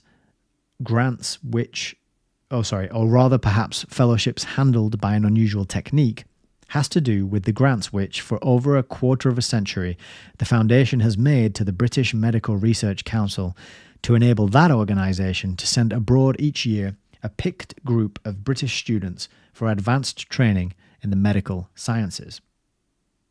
Over this period, the Foundation has appropriated approximately $500,000 for the purpose, but the foundation of the Fellows, the selection of the institution in which they take their training, and all other details of the programme are cared for by the Council, of which Sir Walter Fletcher and Sir Edward Mellanby have, in succession, been the distinguished directors. The list of appointees contains many notable names, including Sir Howard Florey, Nobel laureate of 1945, Dr. J.C. Bramwell, the celebrated cardiologist of the University of Manchester, Sir John Conybeare, physician to Guy's Hospital, Dr. A. Moncrief, Nuffield Professor of Child Health at London University, and Dr. C. H. Waddington, Professor of Animal Genetics at the University of Edinburgh. Still another device which arose out of the exigencies of the Second World War brought to America in 1941 and 42 a carefully selected group of pre-doctoral British medical students whose training had been interrupted by the derangement of conditions for thorough and adequate teaching. Chosen by a committee of vice-chancellors of British universities, these students, provided with 2-year scholarships, found welcome in 23 medical schools in the United States and Canada, from Harvard West to the University of California, and from Toronto South to Tulane. In many ways, it was an extraordinary experiment which made possible the continuation of a high standard of training for young men who were chosen to represent the future of British medicine at a time when the present looked ominously black. Moreover, it bound together by even closer ties the unity that has always characterized British and American medicine. The following sprightly letter, written by one of the visiting students and published in the London Lancet, is quoted as indicative of the spirit of cooperation which underlay this enterprise. Quote, "In the last months I have heard Toscanini, Heifetz, Rachmaninoff and Horowitz, and have seen a production of Macbeth that left as little to be desired as any production could. I have driven to Chicago and back and seen something of the little towns that go to make the Midwest, without realizing that it was as if I had been from London to Warsaw in 2 days. I have acquired an old blue jalopy which rears at traffic light. I have grown fat eating irradiated oats, polyvitamin chocolate bars, and aseptic hot dogs. I have almost essayed to jitterbug, but find the cut of English trousers rather a handicap. I have shouted at football games, but still can't fathom why. I have made many friends, both students and faculty, in my own and other universities. I have got engaged to be married. I like America." 3. The Second World War, of course, sharply contracted the regular fellowship program, and in many instances the fellows were uprooted from the work for which they had been trained. Numbers of them perished in concentration camps or gave their lives in defending the principle of intellectual freedom. A letter received by the Foundation in 1946 from a former Hungarian fellow movingly portrayed in its uncertain English the faith and spirit that sustained these men of scholarship during this tragic period. 7 years had passed away since I came home from America. 7 terrible years, full with unspeakable sufferings, troubles, and griefs. Humanity, altruism, and love have disappeared of one part of mankind. Now that all is over, one may ask whether the work achieved by human benevolence was it all in vain, when all could be destroyed utterly by human wickedness. I survived all the sufferances of the past 7 years, and now I try to give an answer to this question. I think the influences and impressions of my fellowship years contributed a great deal to see always the way of truth in that chaos of ideas and to be sure of their issue. I could remark also that between all Hungarian Rockefeller fellows there was an unspoken but obvious spiritual connection that could be considered as a basis remained solid among the ruins, and on which the future of mankind can be reorganized. So the work was and will not be in vain. The exigencies of the war necessitated considerable modification in the fellowship system. It became almost impossible to appoint fellows in European countries, and the number of such fellowships dropped from 141 in 1939 to 4 in 1943. On the other hand, Latin American fellowships over the same period rose from 47 to 107. A large part of this increase was in the field of the natural sciences, with agricultural fellowships predominating. As the war drew to a close, the Foundation began the development of a fellowship plan designed to aid the most promising American students who were in the armed forces and whose work in the universities had been interrupted by the war. Many of them had assumed responsibilities which made their return to research or to a life of scholarship exceedingly difficult, and there was substantial indication that the verdict, thin quality, which had been passed upon the generation of students coming out of the First World War, would be repeated in relation to the students in the post-war period of the late 40s. To help in meeting this contingency, the Foundation undertook in 4 of its divisions, the medical sciences, the natural sciences, the social sciences, and the humanities, a series of emergency measures. Training in medicine was particularly hard hit. Under the pressure of military necessity, not only were the usual 4 years of medical school telescoped into 3, but the periods normally devoted to internships and residencies in hospitals were sharply curtailed. In ordinary times, those medical students who survive the successive screening tests are given a postgraduate period of about 5 years to gain experience, to mature in knowledge of medicine, and to prepare for specialization. It is this period that sifts out and identifies the best men, the men who will be the teachers of the next generation. Under the wartime emergency, this 5-year period was cut to less than a year, and men were rushed into the medical corps of the Army and Navy before they had a chance to ripen into the well-rounded scientists who constitute our top group in medicine. Those who came back from the war were older, many of them with family obligations, and their natural inclination was to accept whatever professional opportunity seemed most attractive. To try to meet this challenge, if only in a limited way, the Foundation made grants totaling $508,000 to enable 21 leading medical schools in the United States to offer the most promising of the returning doctors who had graduated from their institutions residencies paying stipends from $4,000 to $8,000 per annum. In this fashion, more than 100 young men were given an opportunity to complete the rounded training which the war had cut off.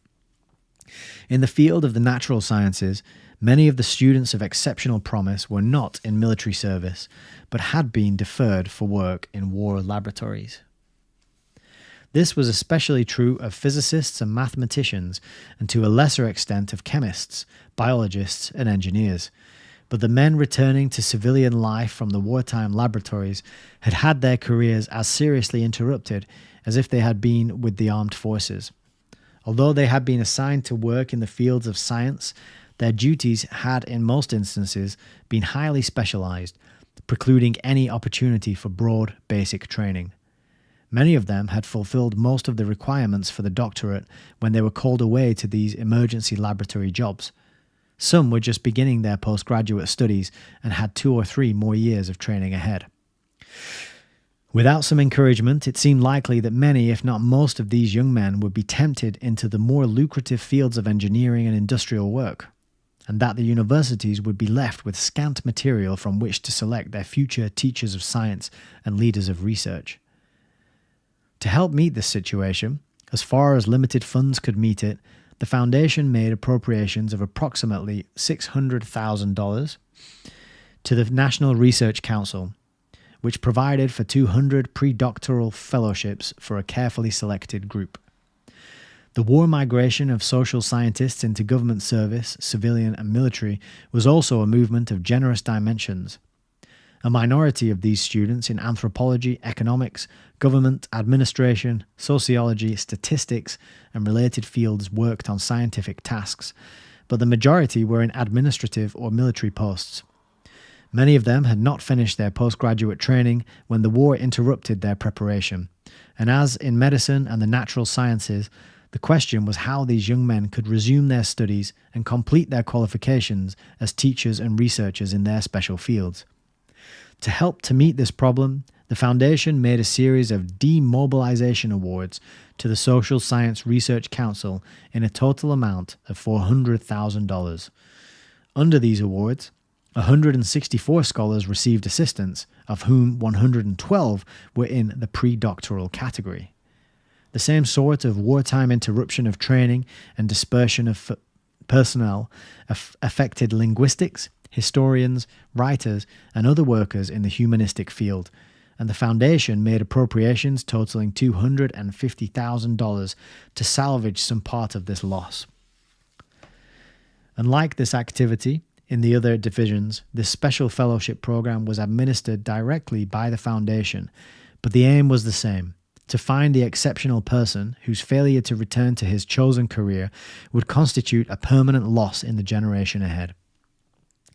The fellows were chosen on the recommendation of leading teachers and scholars who knew their work and promise. "Oh, happy post-war world," wrote a Marine captain from the Iwo battlefront, where he received a letter from his sponsor asking him if he would accept a fellowship. And he added, "You will never know what a bolt from the blue your letter was. 1,000-pound bombs sound like cap pistols by comparison. That such things can happen in a world such as this is still something of a mystery to me. But of course the answer is a thunderous yes. I can't remember consciously praying for this, but certainly it must have been an answer to an unbreathed petition." Under this emergency program, in the humanities, exactly 100 fellowships were awarded.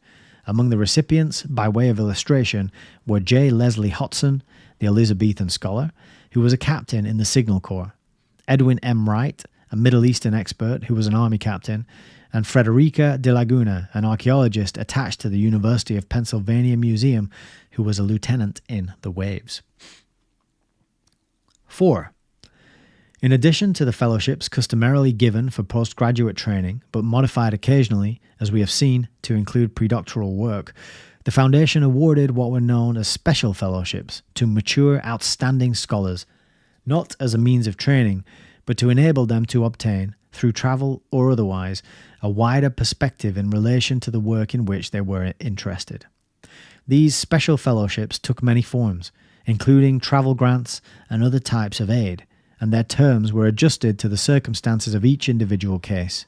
Thus, health officials were enabled to visit public health activities in states and countries other than their own, or economists from Europe came to the United States to get ideas from an institution like the National Bureau of Economic Research, or scientists in American laboratories exchanged ideas face-to-face with their fellow researchers in the laboratories of Great Britain or the continent, or Latin American scholars worked in the Library of Congress or the Bodleian to obtain materials related to their special interests.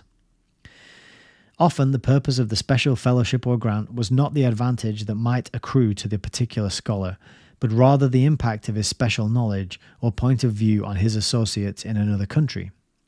Thus, Sir Howard Florey came to the United States in the crucial days of 1941 to explain to American scientists the experience of the Oxford Laboratory in the production of penicillin. Sir William Beveridge, now Lord Beveridge, author of the widely acclaimed Beveridge Report, was welcomed in the United States by government officials, students, and many others interested in the problems of social security. On his visits to Mexico and Colombia, Dr. E.C. Stackman, professor of plant pathology at the University of Minnesota, brought fresh impetus to scientific agriculture. Anything that promotes the exchange of creative ideas across boundary lines contributes to the welfare of mankind, and the device of special fellowships, which the Foundation has employed in over 700 cases in the last 35 years, has obviously served a significant purpose. Another technique, just to pause there, anything that promotes the exchange of ideas across boundary lines. Presumably the boundary lines he's talking about are nation states and borders. Another technique should be mentioned in this connection. A technique classified in the Foundation's terminology as a grant in aid. Initiated in 1929, it developed out of an older device of a developmental aid or laboratory aid fund employed mainly by the Division of Medical Sciences. In its newer form, it consists of blanket funds voted by the trustees and used in the discretion of the officers of all the Foundation's divisions to support small projects in amounts up to $7,500 and for terms not in excess of 3 years. The funds are employed for two general purposes. 1. To facilitate the completion of a minor but worthwhile project in fields in which the Foundation has a recognized interest, and 2. To enable the officers to maintain close contact with the development of personnel and problems, and to test and explore under small expenditures those projects which are possible candidates for larger and more extended support through appropriations by the trustees. Another important use of the technique is the follow-up of a fellowship experience by aid to the research activities of a returned fellow. The award of a grant in aid follows no set form.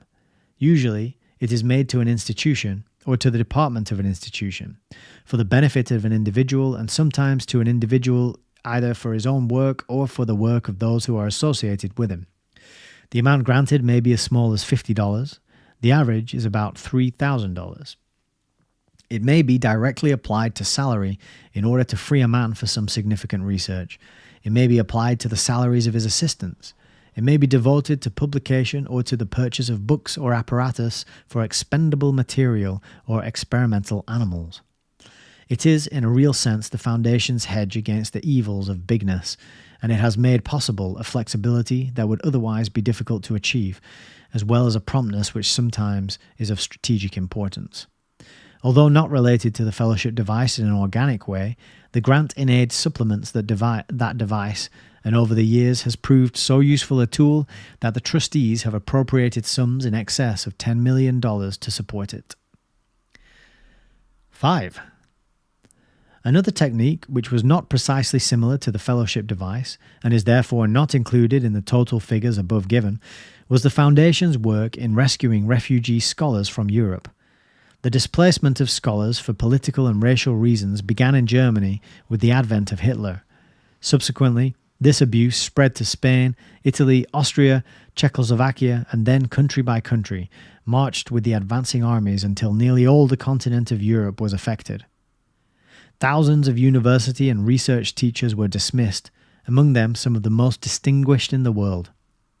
Not only were they debarred from teaching and research, but as the fury grew, they found themselves frequently in peril of their lives.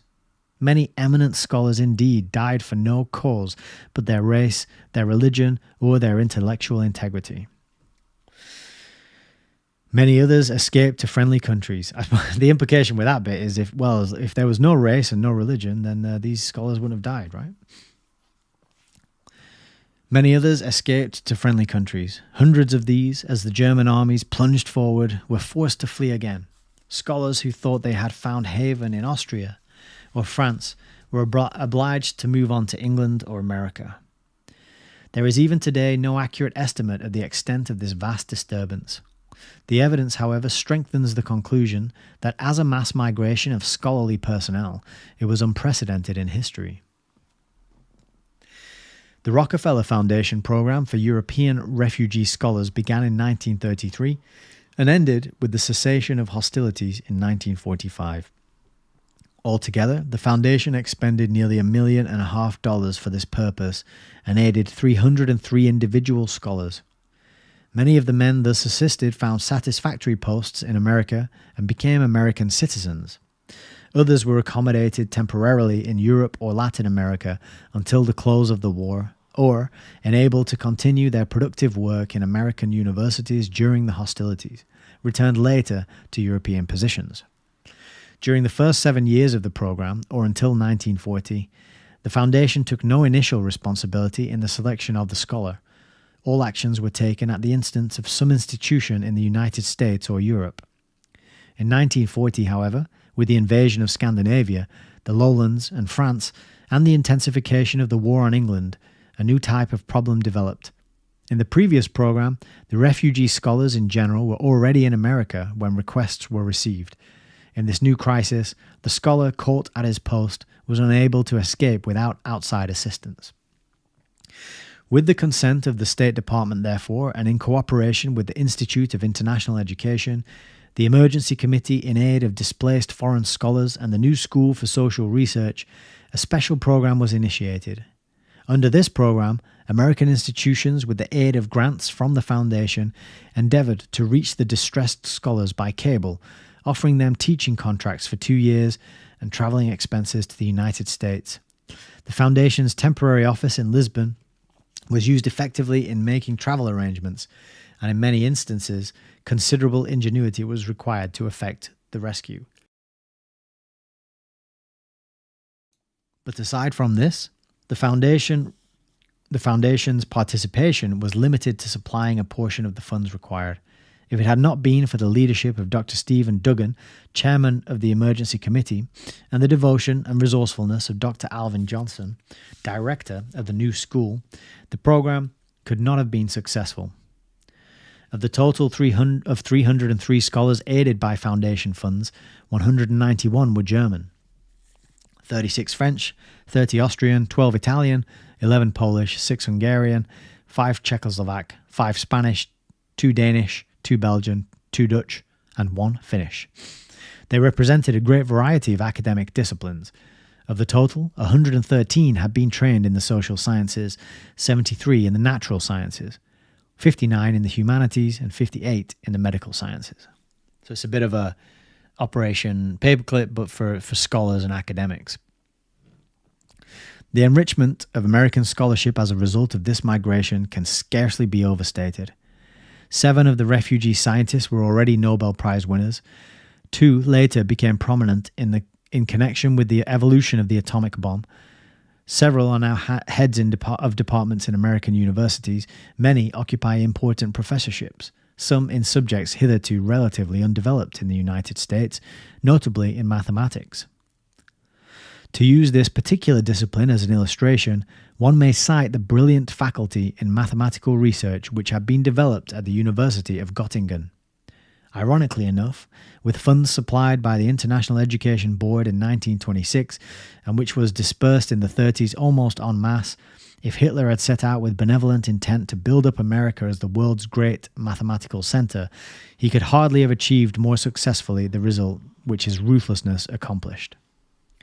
Welcomed in the universities of the United States, a substantial proportion of the members of this faculty, together with other refugee mathematicians, have made a contribution in mathematical theory and applied mathematics which can scarcely be measured, but which had high practical usefulness in the development of war effort in the Second World War.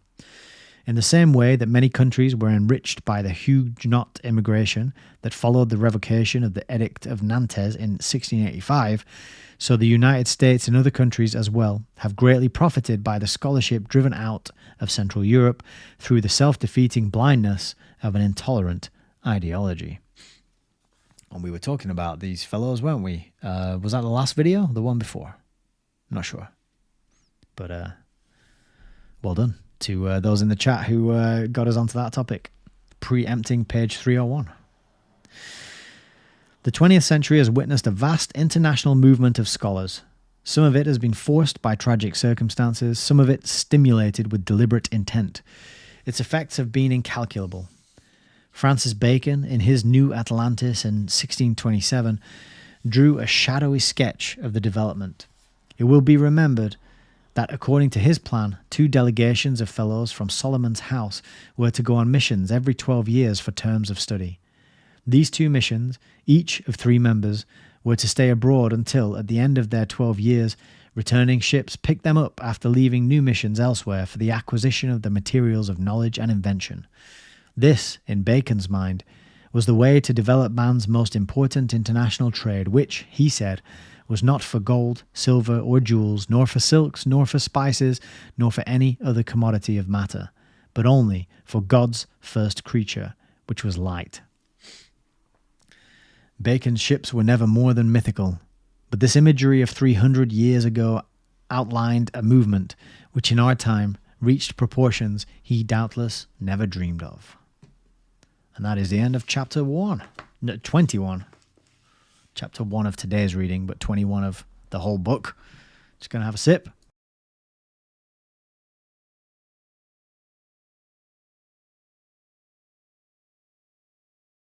What's going on in the chat? Heidi's driving. Hope you're having a safe drive. Heidi says, Jamie Henshaw did a stream about the religion of the globalist folks. I highly recommend it. Yeah. Jamie is Jay Dyer's wife, and they do really good work together. I quite like their videos where they're reviewing films and TV shows, and that commentary on the things they watch and remembering the plots and pointing out all the crazy stuff that you get in film and TV these days. I think she also has written books, and she does live. She has her own channel now, and she also does lectures at the live events that they put together. So yeah, incredibly talented lady. And I'm sure that stream about the religion of the globalist is very good indeed. Speaking of the religion of the globalist, I got a book through in the post today that I'm extremely happy to receive, and I'm sure we'll read it at some point on camera, because it's thought to be one of the best books, or at least somebody, Darren in the Cutting Through the Matrix study group, he said it's the best book to get an insight into the mindset of the globalists. So I'll not tell you any more about it. That's just a little teaser. But that arrived today, lovingly packed, and that's from the 50s. And it actually relates to one of the people that we have mentioned in the preambles for the Rockefeller book. So if you go back, you might be able to guess. And in fact, it's a book that I've mentioned in this series at some point. So yeah, I'll just leave that little teaser there. So chapter 21 is all about homogenizing the world's scholars, basically. And you notice he said he didn't get them to emigrate. They didn't get them to emigrate. They got them over and then sent them back. And it's like I was an expat or an immigrant, whichever word you prefer. I lived in Southeast Asia for 6 years, teaching English and traveling around. And what happens is when you do that, when you live in another country for an extended amount of time, you then become like, you no longer fit in at home, but of course you don't fit in where you've moved to, right? It breaks down your sort of national identity, and you sort of take on certain things about your home culture and country, but then you take on certain things about the country and culture that you've gone to, or at least I did, and most people I knew, and it meant that when you get back home, you no longer have all the same cultural touch points and behaviors and values and ways of life that most people who never left have. And it kind of dislocates you in a strange way. It's called reverse culture shock. But the point is that it does actually weaken your sense of like nationalism, if you had any to begin with, which I never really did. But that's probably because of my schooling, I would think, and television. But it kind of weakens that. Because you come back and you actually see your home country through a new lens. You see the strange things that are done for no good reason other than that's just the way we do them. And you see things in other countries that are done way better, and you think, well, why don't we do it like that? And you kind of it just does actually make you into more of a global citizen, to use a horrible, terrible phrase. But it does do that. So getting these academics and scholars and doctors and the brightest and the best over, sticking them in another country for a year or two, then sending them home again, actually could be seen as a strategy for breaking down nationalism, breaking down borders. Like he said, the only thing, the most meaningful thing is to share whatever can be spread beyond borders. And you can see that as a strategy, as a globalist strategy, in other words. Hasdak says, I had that after taking LSD. Yep, LSD will do that. Apologize for all the nose scratching today. I'm a bit itchy. Yeah, a strong psychedelic dose of something will definitely do that for sure. It will blow your cultural frame into outer space and totally redefine what makes sense in terms of behavior. And it's a really powerful experience, and I can't recommend it or advocate it. I can only say that I myself did it, and I'm glad I did. I kind of take the Bill Hicks approach. If you want to know what that is, then go and check him out. So let's do chapter 22. Throughout the world. But yeah, 10,000, what was it? 10,000 recipients of these Rockefeller fellows. 10,000 of them. That's not insignificant kind of number, is it? Rockefeller plants says immune to PR. Yeah. In other words, yeah, you're right. And that quote that was mentioned here about how they had this sense of, camaraderie and they were like on a mission together, and the mission was, basically globalism. In as many words, in a word. I can't find that page now, but that quote was actually pretty good, quite revealing. What does he say? He says, let's see. There was an unspoken but spiritual connection with the other Rockefeller fellows, and the work that could there was this obvious spiritual connection that could be considered as a basis remained solid among the ruins, and on which the future of mankind can be reorganized. That was the quote. So these fellows, or plants, they were being pumped up. They were being probably told, they were having their egos pumped up. They were like, the future of the human race is we believe that you are so important to the future of the human race that we're giving you this money and we're sending you over wherever, and giving them this kind of messiah complex, this savior complex, putting them on a mission, making them feel important, and just kind of like bigging them up in that way. But yeah, Rockefeller plants, change agents, says Heidi. Well said. That's another good phrase, a good way to refer to them for sure. All right, let's do chapter 22, and then we'll get out of here. Might actually get this one under 3 hours. Chapter 22, throughout the world. Universality and deathlessness. These were the words which Mr. Gates christened the Rockefeller Foundation shortly after its birth in 1913. What? Universality and deathlessness. So I wonder if that's a reference to the sort of technocratic, scientific goal of funding and creating a means by which, certain humans of the right class and stock and breeding can live forever, while the rest of us fight over our cockroach protein bars down in the mud. But yeah, universality. So that speaks of just everything being the same, doesn't it? And deathlessness, living forever, or getting rid of all the things that die. That's another way to get rid of to be deathlessness, isn't it? A quick question from LJ on LSD. Can it make you feel sick afterwards? I think it makes you feel very exhausted afterwards. I never had any nausea at all. I felt tired and worn out. The first time I did it, I was like a bit blissed out for about a month. It was wild. I was a bit hippified, I was very like, hey man, peace dude, for a whole month. I didn't quite regain I didn't sort of integrate, and my ego didn't fully reassert itself for about a month. So so be careful. Don't go out there and just take anything. I was very reckless, and it's part of the reason why, I give thanks and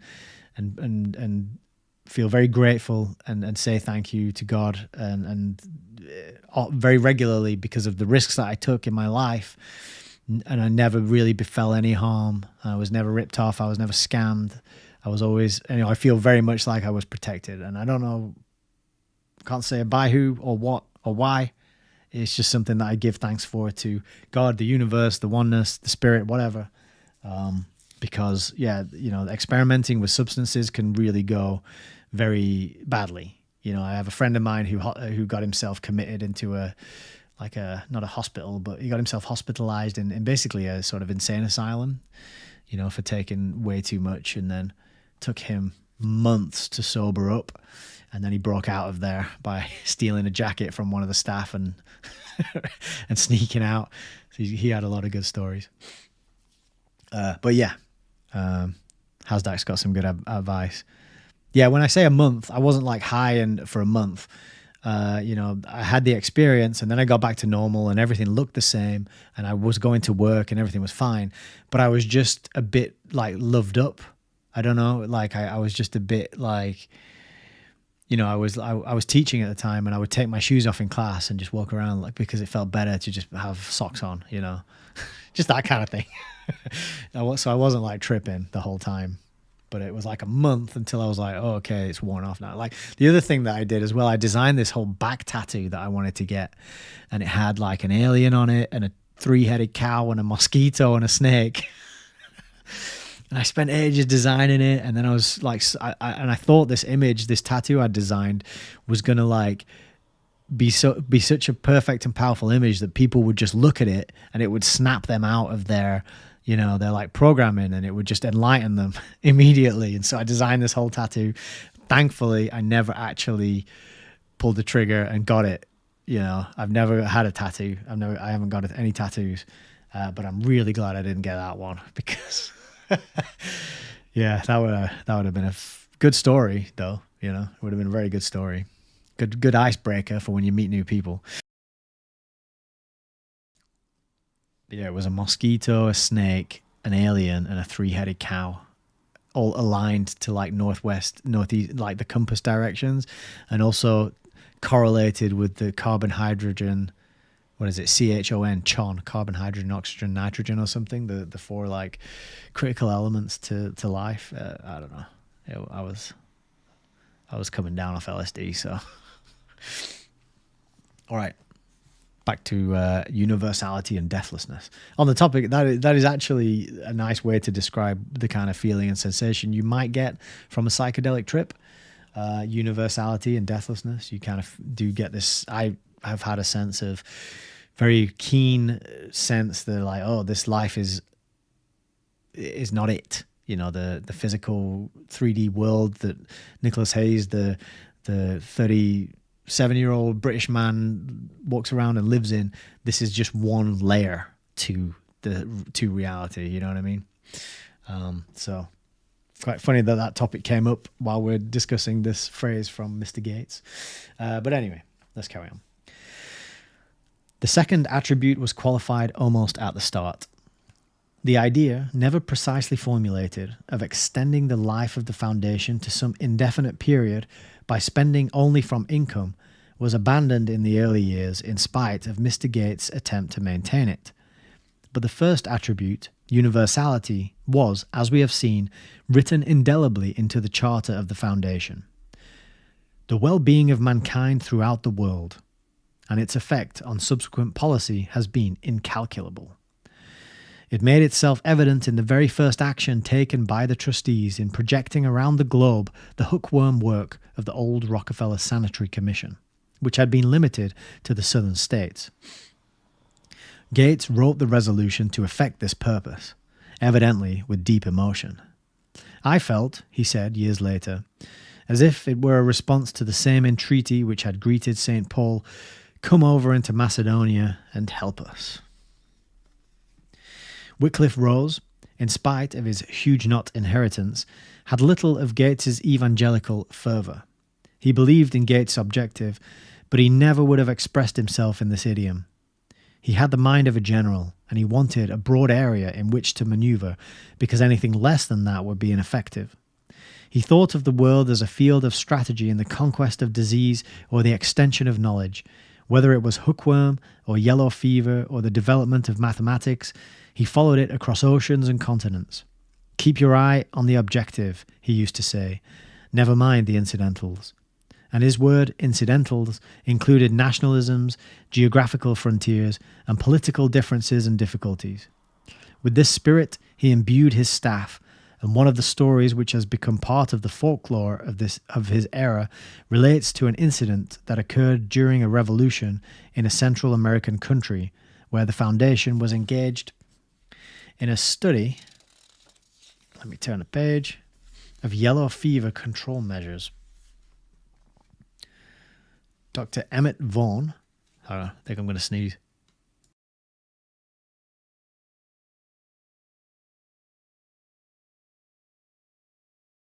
Never just one sneeze, is it?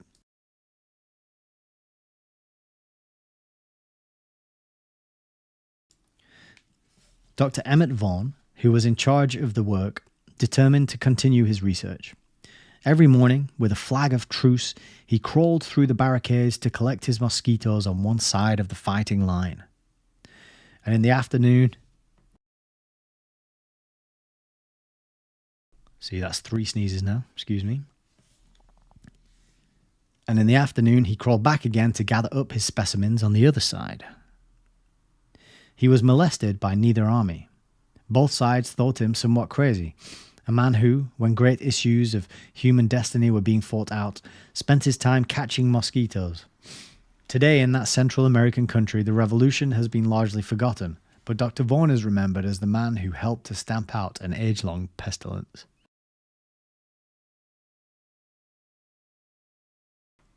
All right, 4 sneezes now. President Vincent was also an important influence in building this tradition of universality. In his annual reports, as well as in his public addresses, he based his argument on Pasteur's dictum that knowledge is the patrimony of humanity. This ever-growing common fund, he said, is reviewed, rectified, reorganized, and augmented by thousands of investigators in university and industrial laboratories, botanical and zoological gardens. Agricultural experiment stations, hospitals, and research institutes of many kinds in almost all the countries of the world. It is not American medicine or American public health measures that the Foundation is trying to introduce to the world, he argued. No country has a monopoly of excellence. In many respects, America has more to learn from other countries than they have to learn from us.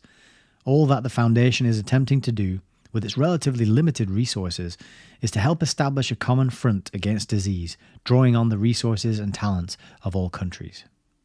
Whether it is malaria or cholera or plague or tuberculosis or whatever the disease may be, the nations of the world face these enemies of mankind not as isolated groups behind boundary lines, but as members of the human race projected suddenly into frightening propinquity. This point of view, too, was reflected in Dr. Pierce's work in medical education. Like Rose and Vincent, he was endowed with what might be called a planetary consciousness, and he thought instinctively in global terms. It's quite new agey, isn't it, planetary consciousness?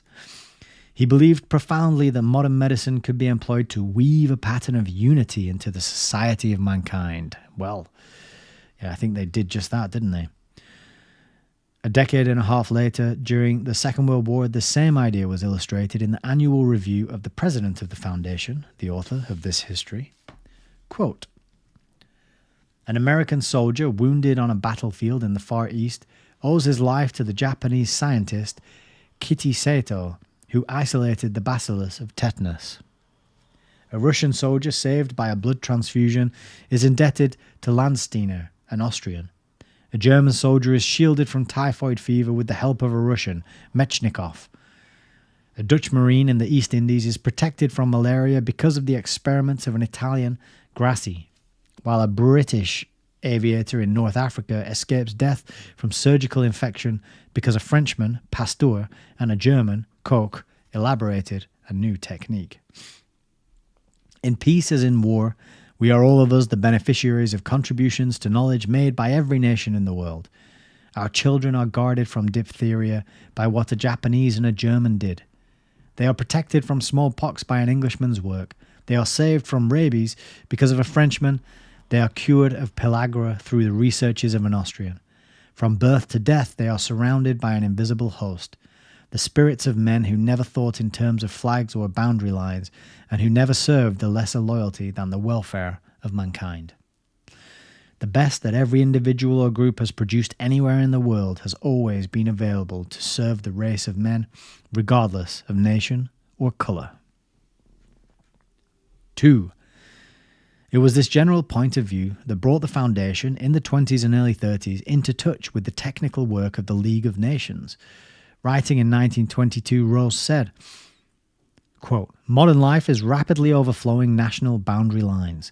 Governments are finding themselves confronted more and more with situations which no nation acting alone can meet, and are being drawn into responsibilities no single nation can assume.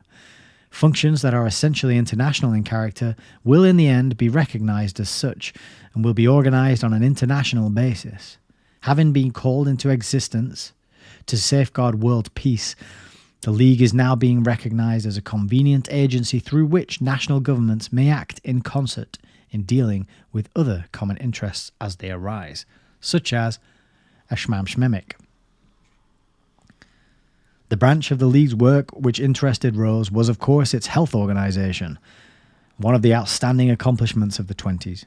Handicapped by lack of funds in its early days, it asked the Foundation to supplement its budget in respect of certain proposed activities which it was unable to finance. The first activity was the interchange of public health personnel through study tours or institutes attended by representatives of many countries. Thus, in 1924, to use a single year as an example, 3 such interchanges occurred in Great Britain, Denmark and Switzerland, each averaging about 2 months, and bringing together for the period 99 public health officers from 20 countries. In addition, there were interchanges of specialists, the tuberculosis group spending 100 days in 8 countries, and school medical officers dividing 42 days of study between 3 nations. Another activity of the League's health organisation, to which the Foundation made substantial contributions, was its epidemiological intelligence service, created to compile in a uniform manner the vital statistics of European countries, including a method for classifying joint or contributory causes of death.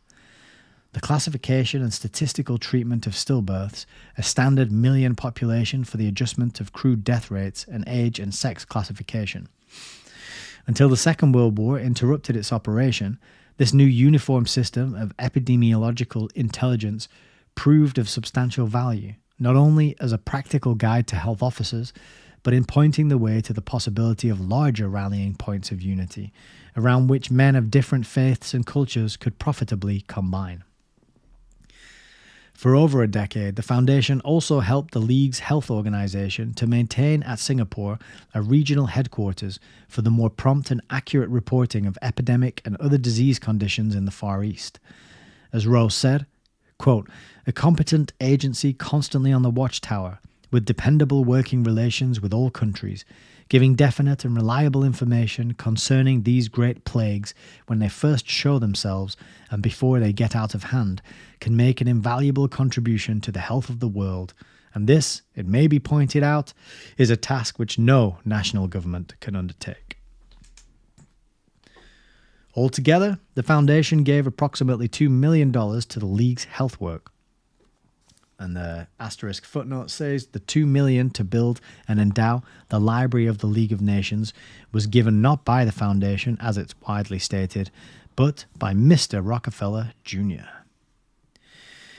Indeed, at one point after 1920, Rose hoped that the League's health organisation, if adequately financed by its constituent members, could take over all the work which the International Health Division of the Foundation was carrying on. Ooh, what happened there? Okay. Very reluctantly, he came to the conclusion that his hope could not be realised, at least in his lifetime.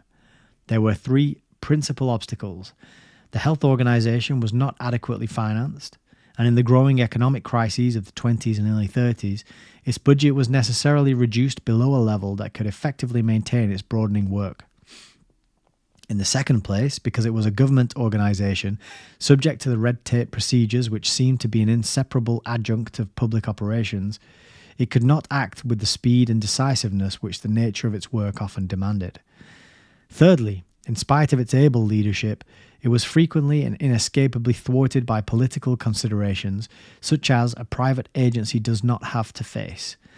The unembarrassed ease with which Rose could choose his staff and marshal his forces against a public health problem almost anywhere in the world led him to the conclusion that, although his own funds were relatively limited, there was still a place for an uninhibited private organisation, not only to meet challenging opportunities in the field of public health, but also to demonstrate what could be done on an international scale by free imagination and intelligence. That's that word uninhibited is reminding me very much of the WHO current power grab. An uninhibited private organization. What could go wrong with that? 3. As we have already seen in earlier chapters, the example of Rose and Pierce in developing their programs on a worldwide basis was eagerly followed by the other divisions of the Foundation as they began their activities after the reorganization of 1928. The details of many of these activities have already been considered. In all cases, they were motivated by the single phrase in the Charter, the well-being of mankind throughout the world. And they were predicated on the conception that civilization and the intellectual life of men represent a cooperative achievement, and that the experience of the race can be pooled for the common good.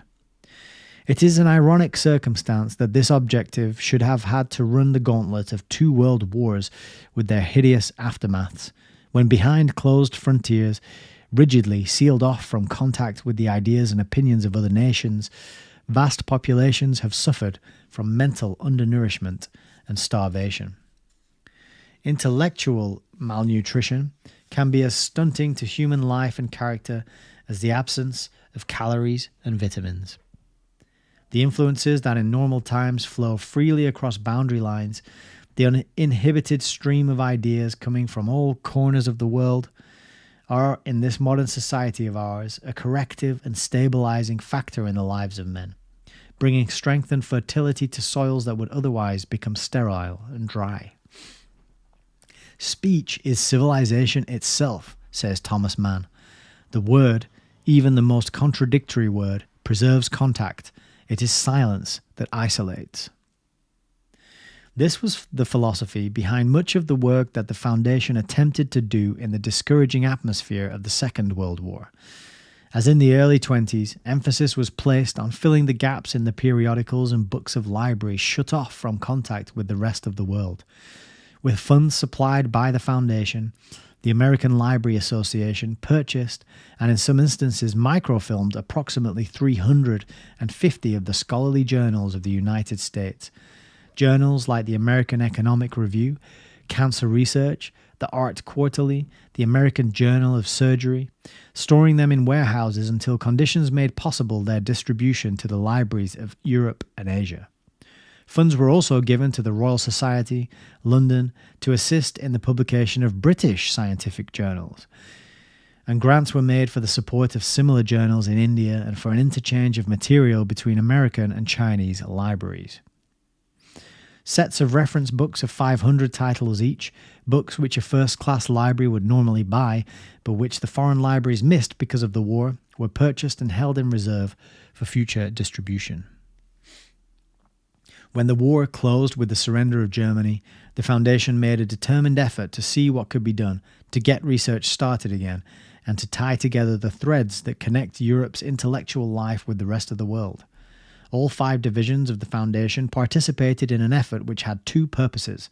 First, by grants, necessarily modest in character, to provide equipment or support to a few of the universities, libraries, and research centers, and second, to create, as far as physical conditions made possible, methods of communication by which these institutions, isolated by war, could establish contacts with each other and with the rest of the world.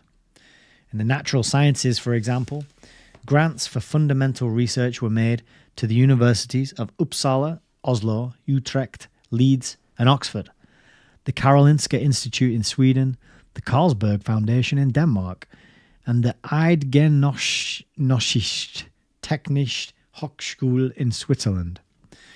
The sum of $250,000 was given to the Centre National de la Recherche Scientifique in Paris for equipment and supplies in 35 of the leading research laboratories of France. A grant of $100,000 was made to this same organization for a series of international conferences in such fields as chemical genetics, protein structure, enzyme chemistry, and cellular physiology. Another appropriation made possible the meeting of the International Astronomical Union in Copenhagen, to which delegates came from all over the world. In the medical sciences, a series of appropriations was made to support basic research and teaching in the universities of Zagreb, Zurich, Brussels, Cambridge, and London.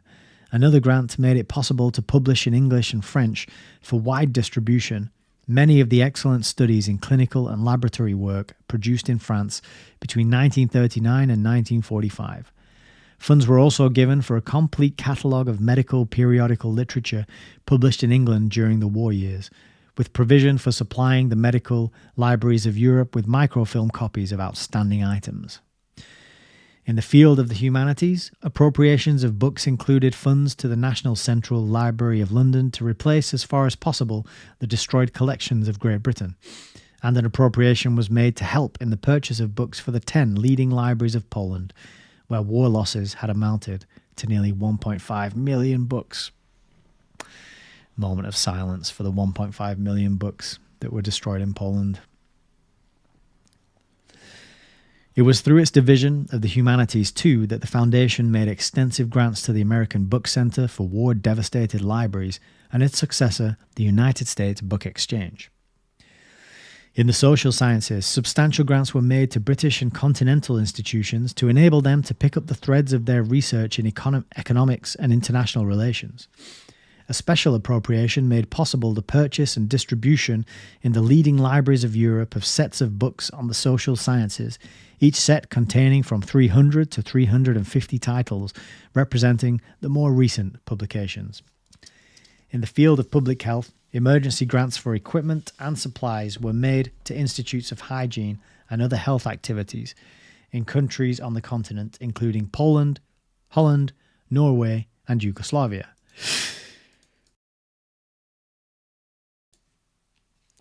Fellowships and travel grants were stepped up in all the Foundation's divisions, and in the year and a half following VJ Day, 240 such awards were made to Europeans, distributed as follows: Public Health 84, Medical Sciences 77, Natural Sciences 21, Social Sciences 32, Humanities 26.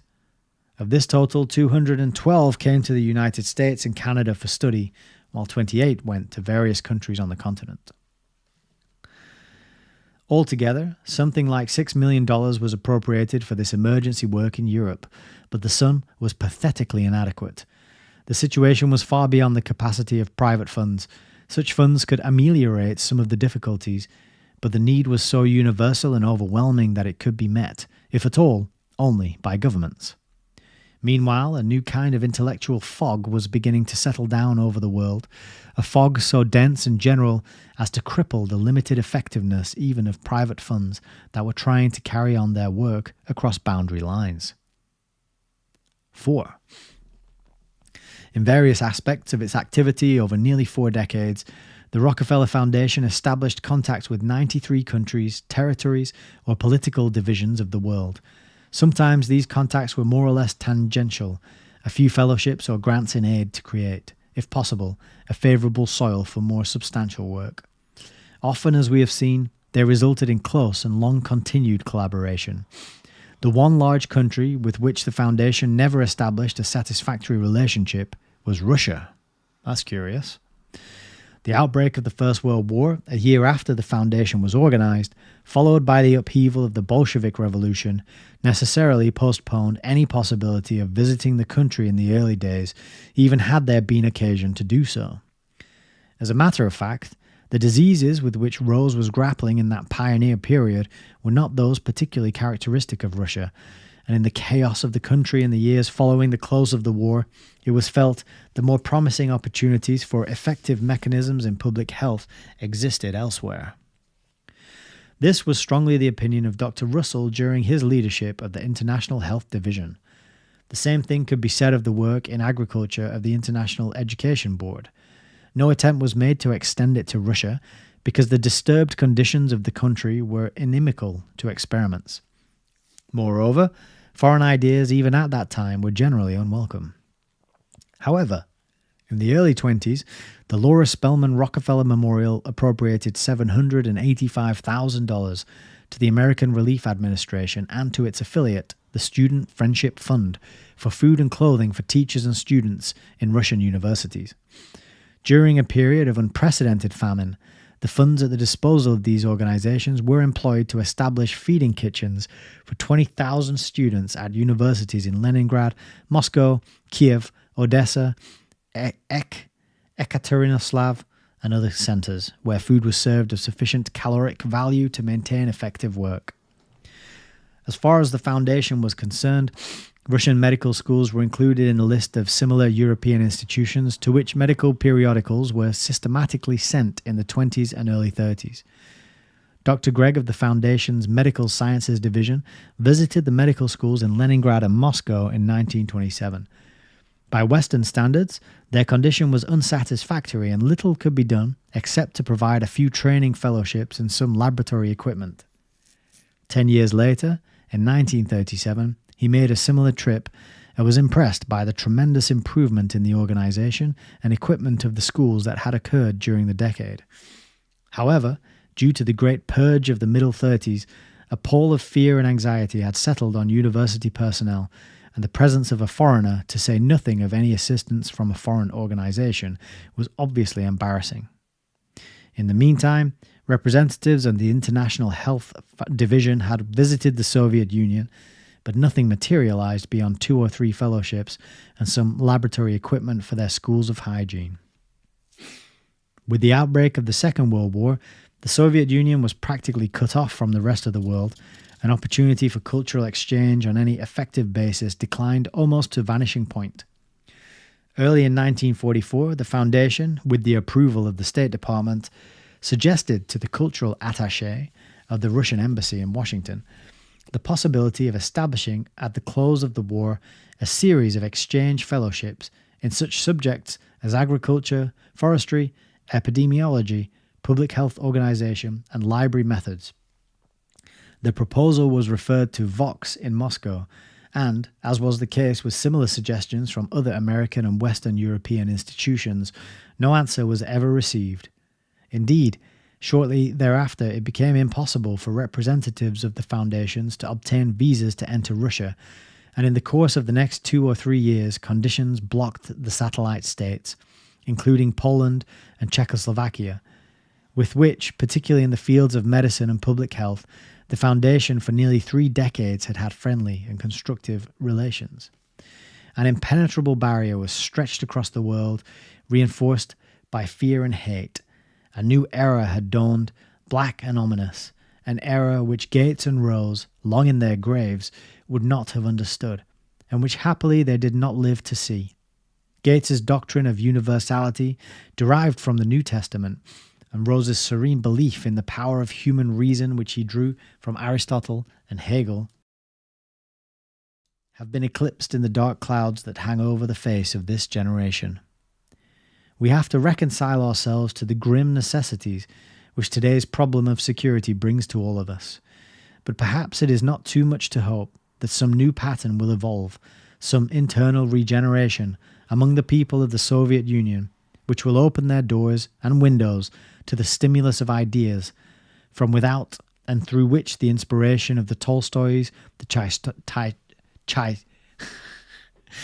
Tchaikovskys, the Mechnikovs, the Pavlovs can again come like a clear breeze to refresh the spirits and minds of men. For in a deep and ultimate sense, it is still one world, one human race, one common destiny. That was the high faith that lay behind the creation of the Foundation, and on that faith, the future must depend. There you go. One world, one human race, one common destiny. Actually sounds pretty good. There we are. That is the end of chapter 22. We've only got 2 more chapters left to do. And that's, oh my goodness, that's hardly anything. It's like, let's see how many pages it is. 13. It's literally 20 pages left. 20 pages left, and then we are done. Well, so that last chapter there really was kind of more of the same, wasn't it? I felt it was a lot, just more grants going out, more funding to people, breaking down those borders, establishing the common approach to a variety of different things all over the world, and just making sure that everybody is the same. Review of the old chat. E Kieki, your cat typed 45 for us. That's a good number for your cat to type. 4 or 5. We talked about like numbers before, the 4 and the 5 follow on. so it's a kind of builder number. Thank you to your cat for contributing to the chat. That's very nice of your cat to do that. Rosemary says, it's sickening how much money they had. They infatuated the Roman Catholic Church and others. Yeah. Peter says, just like the Federal Reserve. I think that was a quote to Fosdick saying that there needs to be uninhibited private organization, which, I think he'd probably be quite happy with the way things have panned out. Peter says, take a people's language and you steal their culture. Yeah, I think that's a great point. I think this is partly why English is being pushed everywhere, and us English don't even get a second language. Where would we all be if not for this wonderful foundation, helping every country and their people to live their best lives, except the Russians. The Russians can get fucked, apparently, according to the Rockefellers. LJ says they chucked money at literally everything. Yeah. And then Peter says, this is why we will not survive as a species, far too easily corruptible. Well, speak for yourself, Peter. I'm intending on surviving as long as I can. Yeah, it is, isn't it? The people will go for the shiny object, the power, the prestige, the fame, the promise of all those things, and will do unspeakable crazy things to get him. It's that willingness to trample on other people to get there, whatever it is, whether it's fame, money, success, the job, the glory. That's the bit that I think will wipe us out, when people are just so comfortable with just putting other people down to raise yourself up. And I don't think it has to be that way. I think it could definitely be more of a win-win for everybody. But I think we're conditioned into this. We're kind of being conditioned after the image of the psychos, the psychopaths. The psychopathic tendencies and the traits, and the people who have those tendencies and traits, they tend to get rewarded. They tend to get the promotions and the positions of power, and then they get to decide what structures the rest of us live in, and those structures gradually turn us to be more like psychopathic like they are. And instead of living in like cooperative and community-based systems, we're in these sort of competitive zero-sum systems where, in order for one person to win, someone else has to lose, which they're not the kind of games I like to play anyway. So I think we'll leave it there, and then we will reconvene on Saturday night to finish off the book. And there's some appendices we could have a little look through, and those final 2 chapters probably be a bit of a shorter stream on Saturday because we've only got 20 pages to do now. Let's read Fosdick's conclusion. I'm like half thinking about powering through and getting them done now, but I can't. I'm tired. I'm sneezing. I'm ready for bed. So thank you for being here. I appreciate it always. If you feel so inclined, I've figured out how to pin messages to the top of the chat. So I've put my Buy Me a Coffee link up there. If anybody wants to throw me a couple of quid, it will get saved. It will get put straight into my book fund, because I have pretty much all the hardware I need for the moment. So now it's just books, because you can never have enough books, can you? So thank you. I'm very glad that you are here taking part. That is the main thing, So if you can't throw any money my way, not a problem. I'm just happy to be doing this, and we're all learning and getting a better understanding of what the hell's going on. That's what it's all about. Maybe you know someone out there who doubts that these kind of agendas are in place and that we are living through a script that has been planned for a long time. If so, if you know a person like that, you could, maybe suggest, hey, why don't you check this guy out? He reads the books and the evidence. You might enjoy it. You might learn something, because what else is there to do other than enjoy and learn things? So I will leave it there, I think. I'm just going to get my buttons in the right order so I know what I'm pressing next. Thank you very much. I hope you enjoyed that reading. And Saturday, 7 p.m. UK time, we're finishing off the book. Then Tuesday, 7 p.m. UK time, we are starting the next one, which is going to be this one. And I think this is going to take us bloody ages to get through, because the Rockefeller one is the Rockefeller one we're just finishing. That's about 330 pages, and this one is 454 pages. So this is going to be epic. But I think this one is going to be a game changer. And you can see this whole part here, that's all extras and appendices and footnotes and whatnot. So it's quite a substantial bit of the book is just footnotes and extra documents and lists of names and lists of books. What else we got? Yeah, a lot of books listed at the back there. And a lot of names, in fact. So I think that one is going to be pretty illuminating and insightful. So let's leave it there. Hasdaq says people are waking up. I'm happy to hear that. That is good. Do you just mean because, it's morning in your part of the world? I hope that's not what you mean. I hope you mean people are actually, starting to pay attention and figure out that something weird's going on. And if they do want to wake up and learn a bit more, you could always send them to my channel. I would deeply appreciate that. That would be lovely. If we could grow this, get more people educated, would be good, wouldn't it? So I'll wrap it up. Thank you very much. Take care of yourselves and each other. Have a lovely, fulfilling, wonderful remaining Thursday and Friday. And I hopefully will see you back here on Saturday for the conclusion of the Rockefeller Foundation by Raymond B. Fosdick. So take it easy. And until next time, God bless.